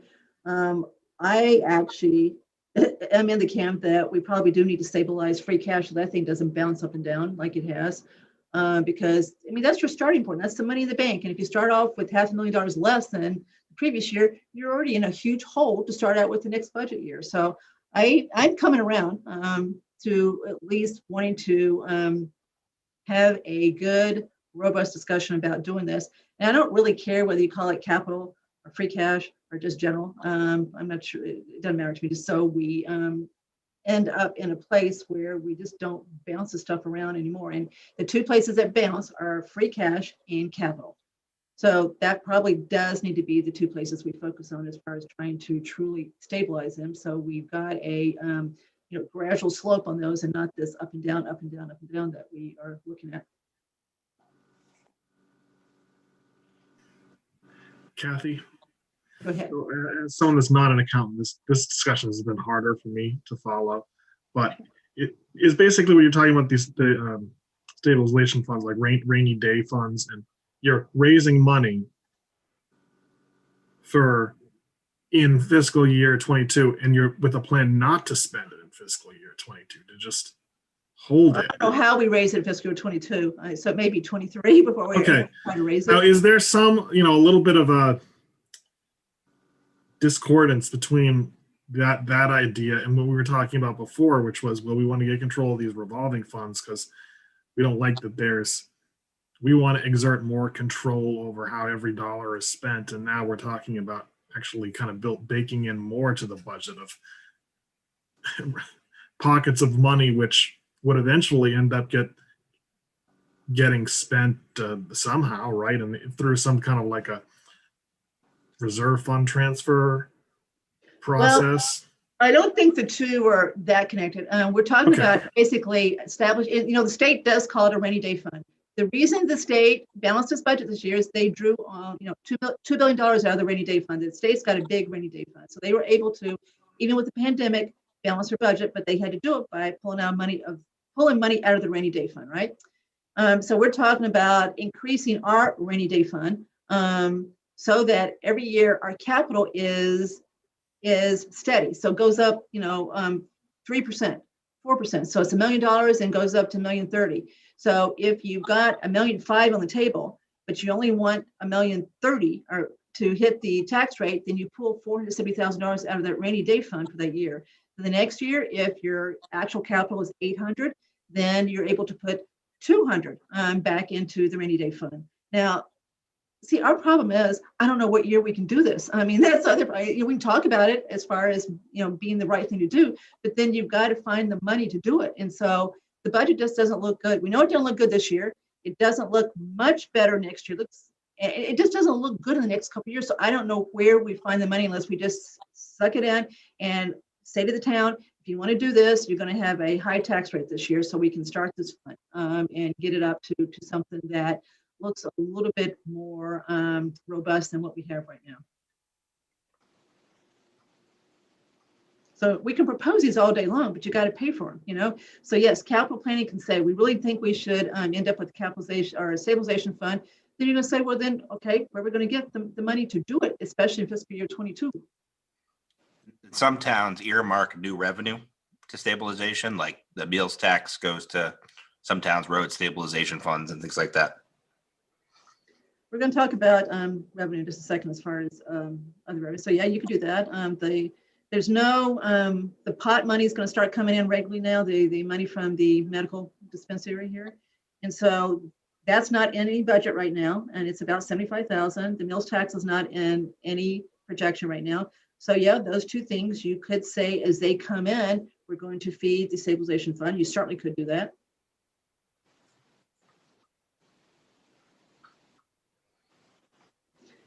So do I see anybody saying we really should not consider any type of stabilization fund? Is everybody in agreement we should talk about this in more detail? Because others are talking about it too. So even if we don't, others are going to talk about it. So we're going to have to opine on it one way or another, even if we don't kind of take the bull by the horn here. Yeah, I do. I think to Andrew's point, this might be more of a summer work project. I don't think is anybody trying to get a new stabilization fund started at this town meeting? Even if they are, I don't know where they're going to get the money for it. So I'm happy to make that one of our longer term things, but I think we really do. I really think this is an advisory wheelhouse to truly kind of lead the effort on, because this really is our overall financial picture we're talking about here. I mean, I think this is the year to, this isn't the year to fund it, but this is the year to make the argument. I mean, clearly, if we had large stabilization funds right now, it would be so helpful. It's obvious. Yep. Right? Yeah, and I think, maybe the meals tax is the way to start, because that's going to come up this year, right? It is. And I And remember the same the thing. marijuana too is coming in. Pardon me? The marijuana money's coming Yeah. in. You know, we got prepaid and then that period's over with. So now we're going to start generating the regular. I remember last year when there was a discussion about should meals tax money be earmarked for anything or nothing. And I remember one of the arguments was to dedicate it to OPEB, right? And I just guess since everything that's happened in the last year, seems like maybe the better use of it would be stabilization. And so it's like now would be a moment to use some discipline to identify a new revenue source, bring in a new revenue source, and be resolved to not necessarily spend it this year, but to have a plan to have it help the budget year after year. So all that is to the idea, I think, of having meals tax and the medical marijuana money towards a stabilization fund. Jason, any comment on the timing? No, I mean, there's no warrant article for from a capital perspective, right? To Andrew P's question. So, yeah, I think we should continue to discuss it, but there's no funding mechanism other than potentially meals tax. All right, so it sounds like we agree that this is a fiscal year 23 change if it's going to get made. And so we will put this to our summer to really have a true, robust discussion about the whole philosophy of it and then how to do it if we think we should do it. I'm fine with that. I Okay. think, do you envision large opposition to the idea of adding stabilization funds? I do. So, is this year an easier year to make an argument than next year? Because that would be the only reason to push it. Yeah, I think it would be a theoretical argument. It's not on the warrant right now. The warrant's closed. You'd have to get the selectmen to agree to reopen it, and they might if Marty Healy is a proponent of stabilization, so they might reopen it. But yeah, there'll be I'm pretty sure very well, there'll be some vocal opposition to this. I'm fairly certain. And it will be, the person doing it will probably carry a lot of clout as far as what he says. Kathy, when you said that the warrant has been closed, really? I thought that the delay in the town meeting means that there's additional time for us to get our votes together and. Yeah, it is. We haven't. So when I say warrant's been closed, the articles that are going on there are in. There's placeholders. They haven't been all flushed out, but the articles Okay. that are intended there, they're there. So they'd have to reopen it to add an article. So the budget is there. We're just changing it. So it's there. So we've got placeholders for all these. So the placeholders are there. And so they have to reopen it to add, I mean, there's already a stabilization fund. But I guess we could, if we wanted to, probably add it to the budget. So we probably do have a mechanism to fund it if we wanted to. Yeah, I'd recommend I'd be against trying to fund it this year, Kathy. Just the money's not there. Okay. All right. So I think it sounds like we're pretty much in agreement. Judy, you agree with this Yeah. being a more longer term? Okay. Yeah. All right. All right. So there's that one. So that's all I've got to discuss as far as on the list, as far as budget stuff. Anyone have anything else to add? The budget, Brian's versus spreadsheet still has the year-over-year increase in the high 7s. Mine's still in the high 3s. So we'll see where it comes out. I've reduced the benefits budget by $100,000, so I'm a very hopeful person. So we'll see how it comes out here. The only department budgets I've changed on mine is Board of Health and Youth and Family Services. Now, Board of Health, to me, that's one of the biggest decisions we've got to make and fairly soon. So they're coming back on the 24th to make their case again as far as why they need to increase their staff permanently. So we'll listen to them again, but then we're going to have to start making a decision on what we think about it. And remember, one of our options is to not agree to it for fiscal year 22, but know that they would still be able to fund the additional cost of the 2 positions through the CARES Act if they budgeted them as part-time. They're still trying, the nurse's position is still out there to be hired. And I just don't know what that person would think if they knew this position was as tenuous as it might be. The new director knows. She's clearly been told and she accepted it anyway, so she knows, but I'm not sure what potential nurse applicants would think if they're told that there's no funding for sure beyond a part-time position beyond June 30th. So I think Tim made a good point in the last meeting of when he asked Mary Lou, to think about not only how you make your presentation for additional staffing to us, but also to town meeting. And just a thought I had since the last time we talked is they also have to think about how to present it to a town meeting now in potentially June or May. And none of us have a crystal ball, but if a lot of good progress is made in vaccine distribution over the next 3 months, that really makes the case for we need a huge increase in staffing, permanent staffing levels. For that reason, that reasoning is going to be not as compelling at that time. So all the more reason to look at this, very carefully. And no matter what we recommend to the town, the Board of Health can stand up and say, we want to propose something else. So they've got the right to do that. On top of that, somebody may stand up, some astute person who's observing what's going on in the state may stand up and say, wait a minute, I thought the state's really trying to encourage you to regionalize, like Jason mentioned. So what do we say to that if we haven't really discussed that? So this one, I think, is one of the hardest things we've really got to tackle. So, and this one does have to be tackled now. So we need to come up with, we've got to vote on this one. We've got to have a rationale for our vote and be able to explain it both ways. Explain it why we support it or why we don't. So I think we've got to have really good reasons regardless of how we come out here. So we'll listen to them more on the 24th, and I think we've got to take a position pretty quickly because Board of Selectmen are going to want to know too what we think. So I'm sure they're wrestling with this too. Because once it's in there, it's in there. So we've increased the town budget by 200 and something thousand bucks, probably permanently, because once we hire people, we've hired them. And that budget we're looking at doesn't include the benefits, so it's really much more than what we're looking at as far as the budget increase that they show on ClearGov. Okay. All righty. So that's all I've got. So as far as what's coming up, let me just. Everybody knows. So we've got CPC that's going to be coming. They're probably going to come the first week in March when I think they're done. They still have little bit more work to be done to really finalize things, plus to get their accounts in order. So I'm trying to push them back a little bit so they're really ready. We've got MTC coming. We've got Jim Haggerty coming.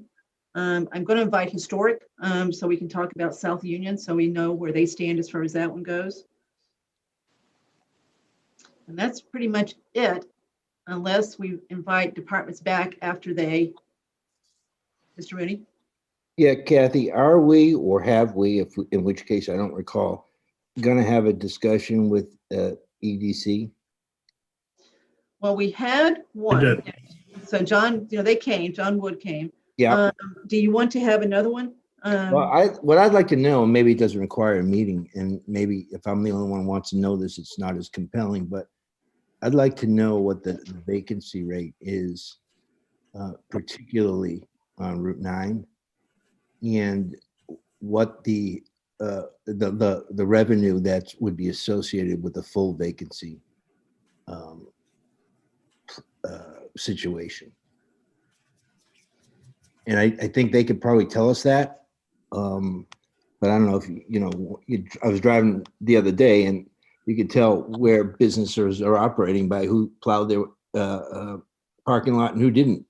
Yeah. And there's some significant large buildings that obviously are not occupied.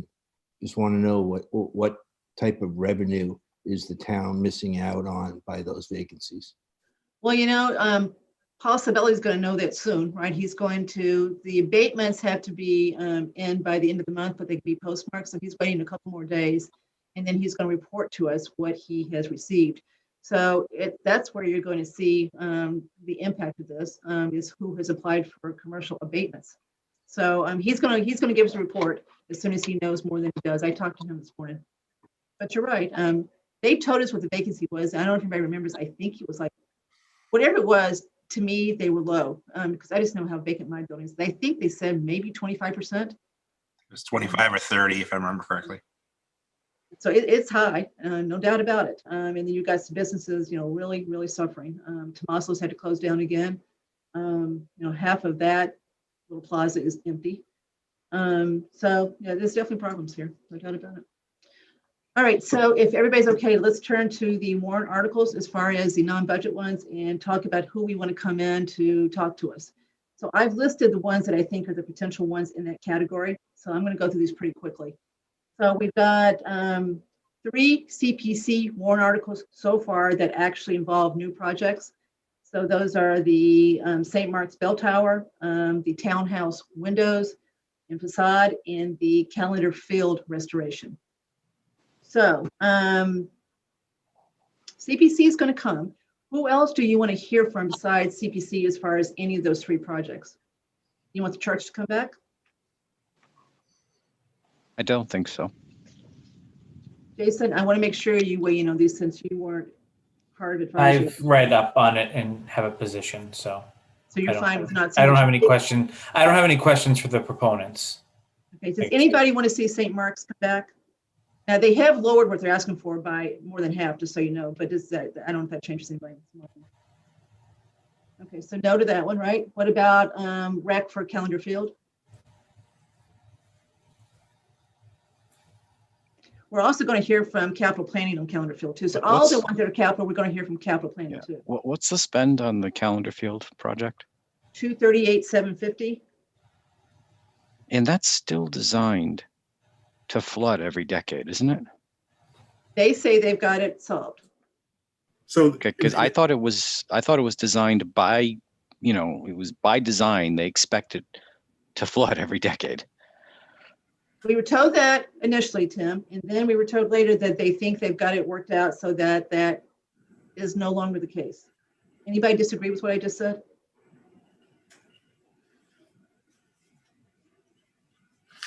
I think that's a big contingency right there. I'm sorry. I didn't mean to interrupt you.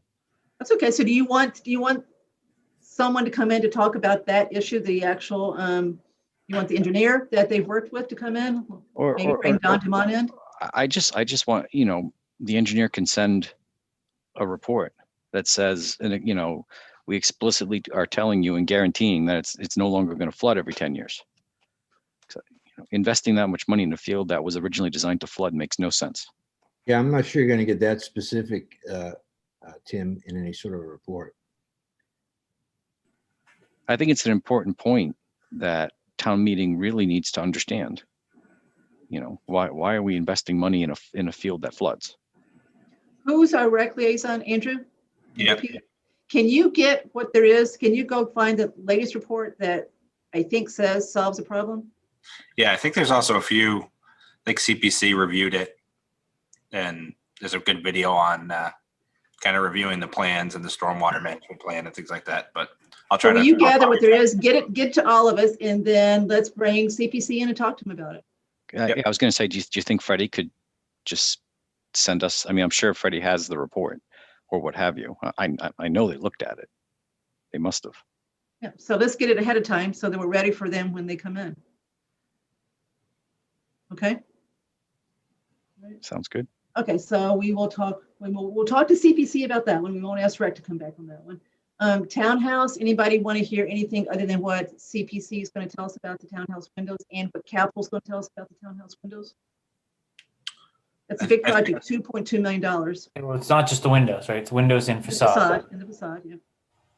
I think the only thing on that is maybe we could ask the historical on that one as well. Historic's coming in, so So we'll add that Kathy, to the list. I couldn't unmute quick enough on, why would historical come in to speak to South Union when that's, the fate of that hasn't been decided yet? Why wouldn't you wait for what Board of Selectmen decides to do? And historical's already weighed in. They sent the letter to the Board of Selectmen saying keep the facade. But Board of Selectmen hasn't decided what they're doing with that property yet. Because of things that have happened in the past, Jason, when Historic really put a monkey wrench in projects that were proposed, I just didn't want to see it again. So I didn't know they'd sent that letter. So if they've sent a letter saying they approve of selling, they're okay with selling South Union as long as the facade is protected, then I'm fine. They said that should be consideration. Now, none of us can speak for the board what they decide to do and what town meeting decides to do, but I would just, I'd separate it and say, wait for BOS to decide what they're doing with the property and have a plan, and then understand where historic, because otherwise we're just going to talk in a circle around hypotheticals and negotiate against ourselves. That's fine. But so there's a placeholder on the warrant for South Union. I completely agree, but I think we need to let that one, bake a little more before. I would schedule it as late as you possibly can. Okay, that's fine. That's reasonable. Unfortunately, it's outside of all of our control, right? Ultimately, the board decides what they want to do there. All right, so do we want to wait to talk to Historic about the windows and the facade also to make sure they're on board with that one? I mean, they approved it. I just thought if they were going to be here, we could chat about it, but they've already approved it as a project. Historic has approved that one too, Andrew? Yes. Both, yeah. They would have had to. They sent a letter to CPC, and then CPC voted unanimously for it after extensive conversation. So I can get copies of the letters from John Perrin if that would be helpful. All right, so it sounds like we're in good shape with Historic then, a lot better than I thought. So I am not up to date with Historic. Hey, Kathy, I'm sorry. Going back to the church for a second, did the PR issue ever get, the preservation restriction, did that ever get resolved between CPC and the church? Not that I know of. So that's a wrinkle. We might want to talk to the Community Preservation Committee about that one. If we require preservation restrictions on all historic projects, but fundamentally the town can't tell a church to put a PR on their church, that's a huge wrinkle. The church already has a PR. Does it? Could you expand upon that? So my understanding is the church did get a grant from the Mass Historical Commission. The 50K. Included the preservation restriction out of already. So the additional work that would be done under CPC could be done under an existing preservation restriction. But I'm not. Thanks. That's my understanding. Well, that's good to know. All right, so we'll still clarify, Tim, when they come and make sure. Okay. Okay, so we talked about there's a placeholder for other CPC projects, so we don't know what those may or may not be yet. The next article that I've got on here is there's a potential for the purchase of that National Grid property that's behind the Southborough House of Pizza. It's $250,000. I don't think it's going to happen. We don't have the money to do it. So, but it's there. So we may be talking about that one, but I'm not going to invite anybody in for that one yet because I think that one is not ready. Is that for open space or for the town's use? It's for the town's use to possibly put a wastewater treatment plant there. So it's part of the downtown initiative project. How are we going to fund a wastewater treatment plant? Well, Well, could get my- the state to pay for it for 250K or whatever they allocated. And so Which there the is, governor would have to release. yes, and which is not likely the governor's going to release. So that money is definitely not in the bank. So long way from being in the bank. All right, so that one I'm putting on hold because I don't think it's going to happen. All right, so Jim Haggerty will come in and talk about, he's got 3 articles that are things that he wants to see done. They're fairly minor. They were on last year too. So there's nothing earth shaking with those. The meals tax. I don't think we need to see anybody else for the meals tax, right? We know about the meals tax. I just want to know the selectman's position. Okay. So I'll find out before next time. Then if we vote to approve it, so I've got that on the agenda for next week to actually vote on.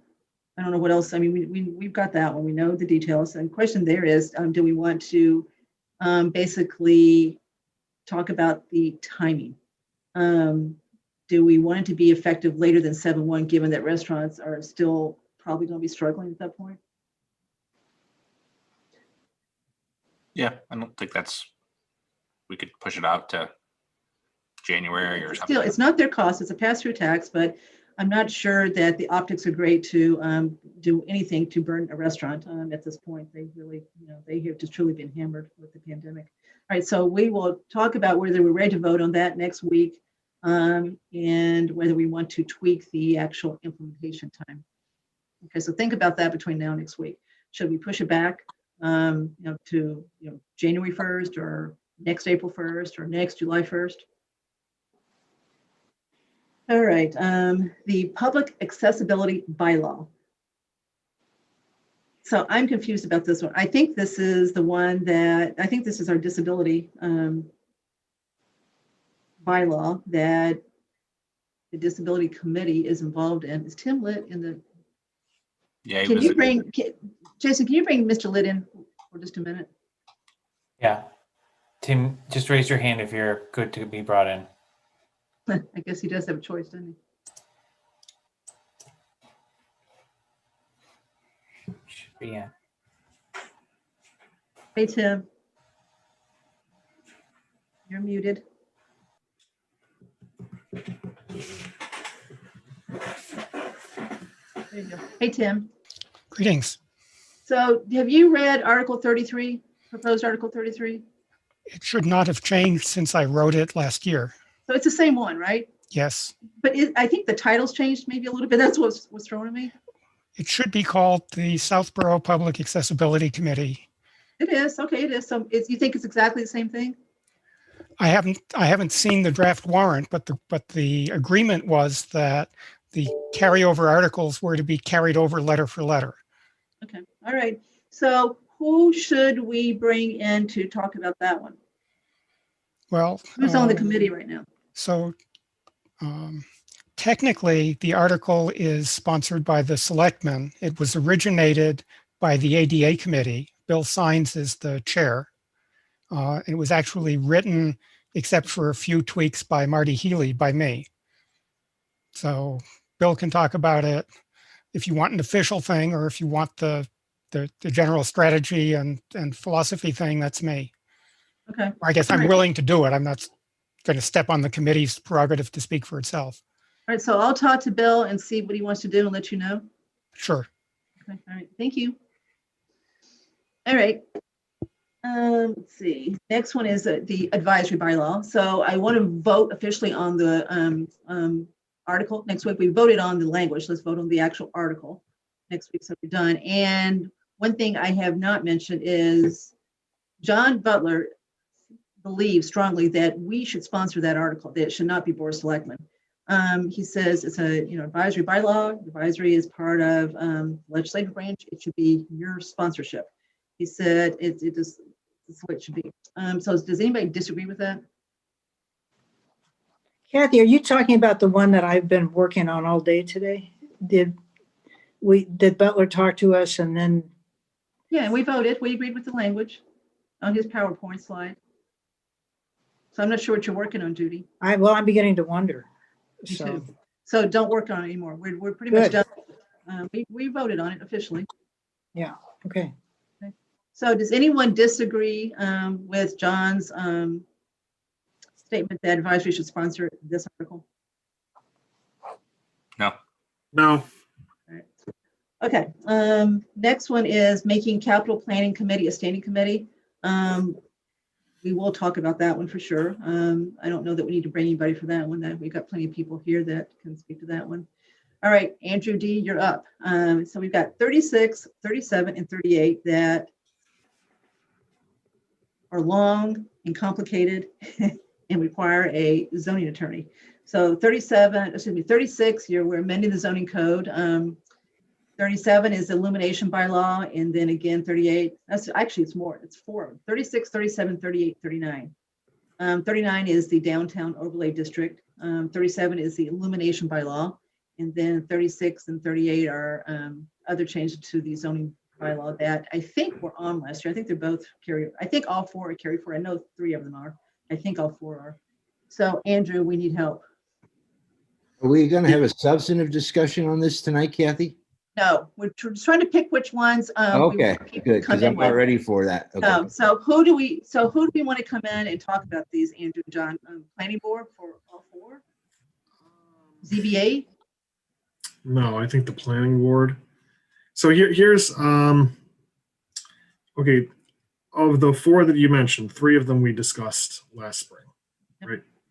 There's a gentleman who's the sponsor of the illumination bylaw, right? We heard a presentation from him. There was one that's one is about the sorry.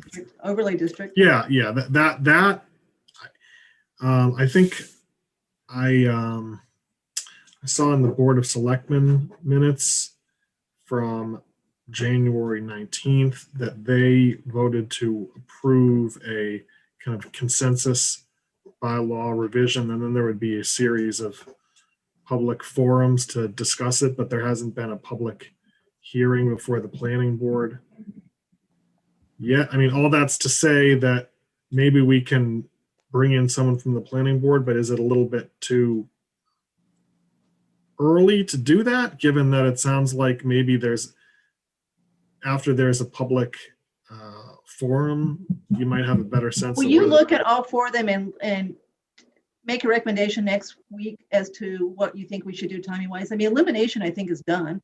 I don't think that's changed at all from last time. Which we did. Okay, but the downtown zoning one is so Yeah. very substantive. So I don't Yeah. think But we don't have to do them all together. So why don't you just look and tell us what you think we should do? Have we talked about elimination enough? The guy, did we have Okay, the guy? when you say make a recommendation about what we should do, you're talking procedurally, or Yes. or that you. Yes. Okay, it's not actually taking a substantive No. vote at the next. No, I'm relying on That's- you to help us understand these, and Mr. Rooney to help us understand these, right? I'm asking you, when do you think we should consider them, and who should we bring in to help us understand these? And it sounds like you think planning board for all 4. If we Well- want to talk about all 4. First off, 3 of them, I expect the presentation is going to be the same as what we had last year, right? So I'm not sure we even need a presentation other than that for Jason, right? And I'm good on all of those. Well, Okay, I'm not, because I have trouble with this. I want you to at least, Andrew, explain them to us again. Elimination, I'm okay with. But the other 2, 36 and 38, I need your help. Explain it again, because I just get I did a memo that I circulated to the advisory committee last year. okay, I'll just recirculate this memo again. all right, And then, but long and short of it, I can be prepared to discuss a week from today a proposal about who we should maybe call in and when. Okay, Does the downtown proposal still have such a low percentage? Well, Tim, there was at the consensus meeting in November, there was a vigorous, when you're talking about like a percentage of, what percentage of a building could be considered For the multi-use? yeah, Or yeah. Didn't they originally come in at like 10%? Yeah, and there was a discussion about that at the November consensus meeting where Judy Barrett, who is the zoning consultant who had prepared the draft that then went through all these iterations, was explaining that basically, Tim, I'm not really prepared to talk Got it. extensively about this Okay. right now, but Talk about it next time. yeah, okay. all right, so let's try to at least deal with the three that we think we discussed last year.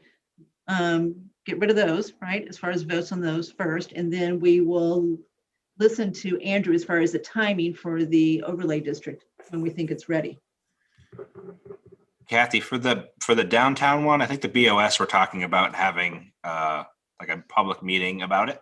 Yeah. As the sponsors. Yeah. Maybe we could do a joint meeting. And because they were talking about having Judy Barrett come in and opening it up to the public.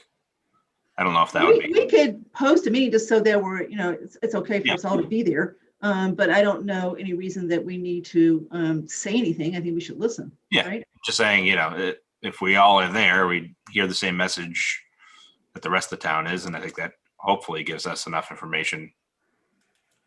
Because I think that one's going to get a lot of discussion at town meeting, don't you, Tim? Turning downtown into a bunch of mini apartment complexes? That's why I ask you. I still don't understand how that fulfills the spirit of the purpose of multi-use. I'm blown away still. So I believe that there are many people in that camp and many people in the other camp. So that's why I think this was going to be a long, long discussion at town meeting. Okay, so let's keep going. We're almost done. Noise bylaw. Did we have the sponsor in? We did, right? Peter? Yeah, we had Peter, came in. Anybody want him to come back or we're still okay with that one? Jason? Well, I guess the question is it the same language that was last year? I know that Tim Litt just commented the spirit was to bring the same language, but I don't know if these people anyone plans to amend based on either feedback they got but didn't have a chance to amend on the floor because they never made it to town meeting. I think that's what we also need to confirm. So since this is a citizen's petition, I would propose to have him back out of courtesy and see if he has anything to add to what he told us last year. He said a year ago, yeah, right? that makes sense. Right, so let's have him back. So I'll get him in soon. We should be able to knock that one out. And then the plastics ban, we did not have Michael Weischen in. So I think we should have Michael in. He's sponsoring that one and hear what he's got to say. I think we were for it, but let's hear what he's got to say so we understand his argument. That one, I just can't imagine there's going to be a lot of opposition to at town meeting, but you never know. All right, everybody agree to have him in? Yes. So my plan before you guys burst my bubble was to have him in and do the historic and that at the same time, but we won't do that. We'll just talk about plastics. Okay. All right. And then, I skipped over one. Does anybody want to hear anything about the 2 speed reduction warrant articles? No. No. Okay. Sorry, Sam. Okay, so this one's been added. There's a article that is wanting to add a truck exclusion, a commercial truck exclusion on Flag Road. So I don't know much about that one. Has anybody heard anything about that one? There's a citizen's petition? I don't, let me look. I would assume so. I mean, I'm sorry, I don't mean to be, but define truck. I think it's over 15,000 pounds. Yeah, this one is proposed by Jonas Linden et al. I don't know what that means. So Jonas, first name, Linden, but then it says et al. So sounds like a law firm to me. So I don't know what that, I don't know if that's a person. Sam, what time is the public forum? Oh, sorry. Does anyone know who or what Jonas Linden is? I don't know. Does it have something to do with Park Central? It might, let's see, it's capitalized too. Does that mean anything? Does he, no, he capitalized them all. So well, and it says Michael Weiss et al. So this definitely could be a person, Jonas Linden. Sounds like a citizen's petition to me, but someone should easily be able to answer that. Yep. So I'll find out. We'll invite him in so we can hear from him out of courtesy. All right. So we don't have a whole lot to hear from. We should get that part done pretty quick. So next week,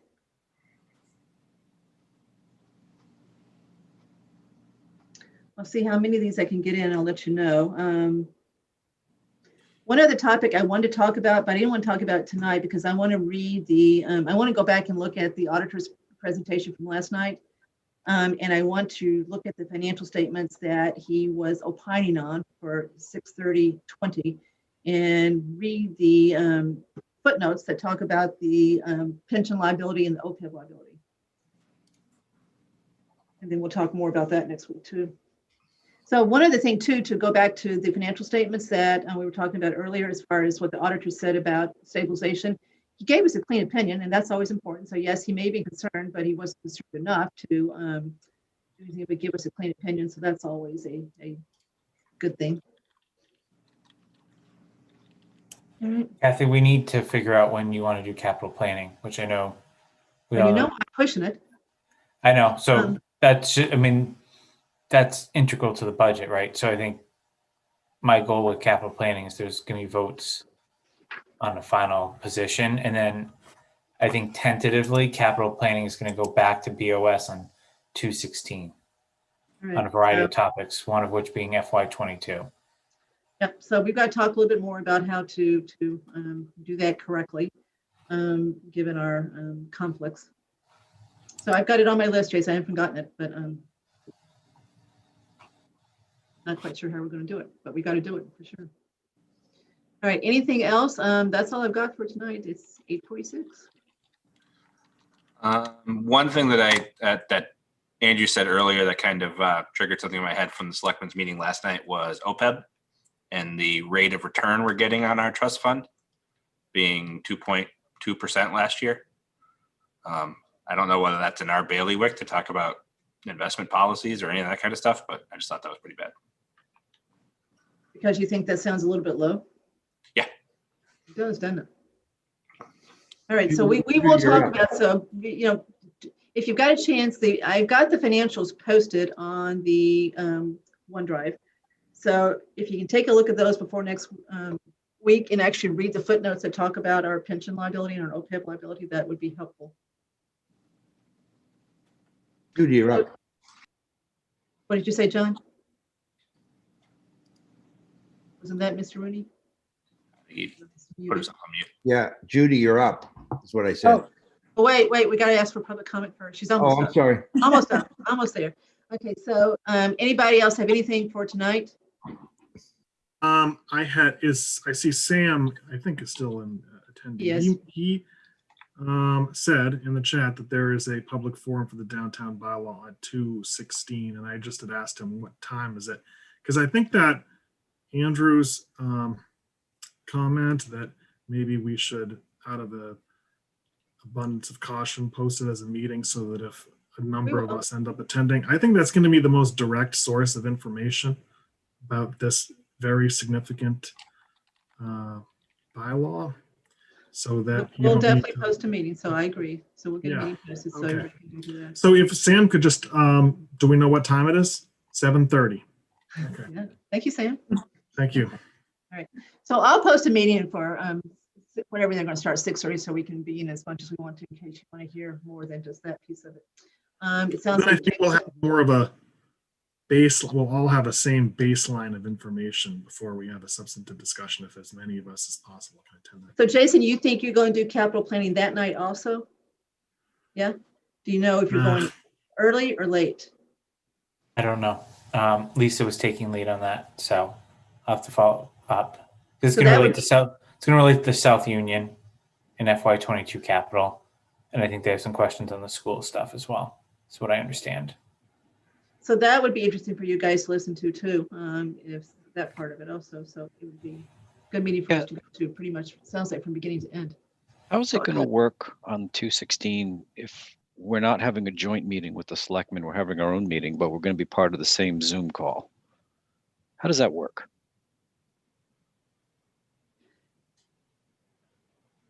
They Uh, pull you in. They'll look to the chair of the committee. You join via the public link. And when it gets to the topic that we've posted for, Marty typically opens it up to the chair. The chair looks and sees, does he or she have a Okay. quorum? And they pull you in. Okay, so somebody's just going to have to poke Marty to remind him to do that before he continues. Yeah, and it probably will be technically a joint meeting. It says, I see no reason for us to necessarily talk as far I as, agree. I mean, we're there to listen to that piece of it, right? But I mean, if you want to say something, say it. But we're doing this so that we can actually learn as much as we can. I think Not the have- reason, the only reason to do a joint meeting would be to free us up to ask questions and not have to wait for public comment. So you'll be able, I'm just saying, I plan on listening and not necessarily asking our specific, because I don't know enough to ask. So I'm trying to. Did we But have if you- did we reserve the 16th as one of our days? Because No. I'm not available, just FYI. No. So, okay. The It is the 16th. school vacation week. Vacation week. So I was trying to make sure everybody had that week off for those that have young children that want to go places, ski, whatever. So we'll post it. And if, we don't have a quorum, we don't have a quorum. But you still, so that way we can be there whether we've got a quorum or not. Does that make sense? It's just a protective thing, basically. Yeah. And if John, if you can't make it, you can always watch the video. All right. Anything else before we ask for public comment? All right. Any public comment from our public? All right, Judy, Yeah, I move that we adjourn. Second. roll call. Judy, Aye. Cook, aye. Andrew D. Aye. Mr. Malinowski, Aye. Timothy, Aye. Andrew, Aye. Rooney, All right. 7-0. So see you guys next week. Thank you all. Thank you. Thanks.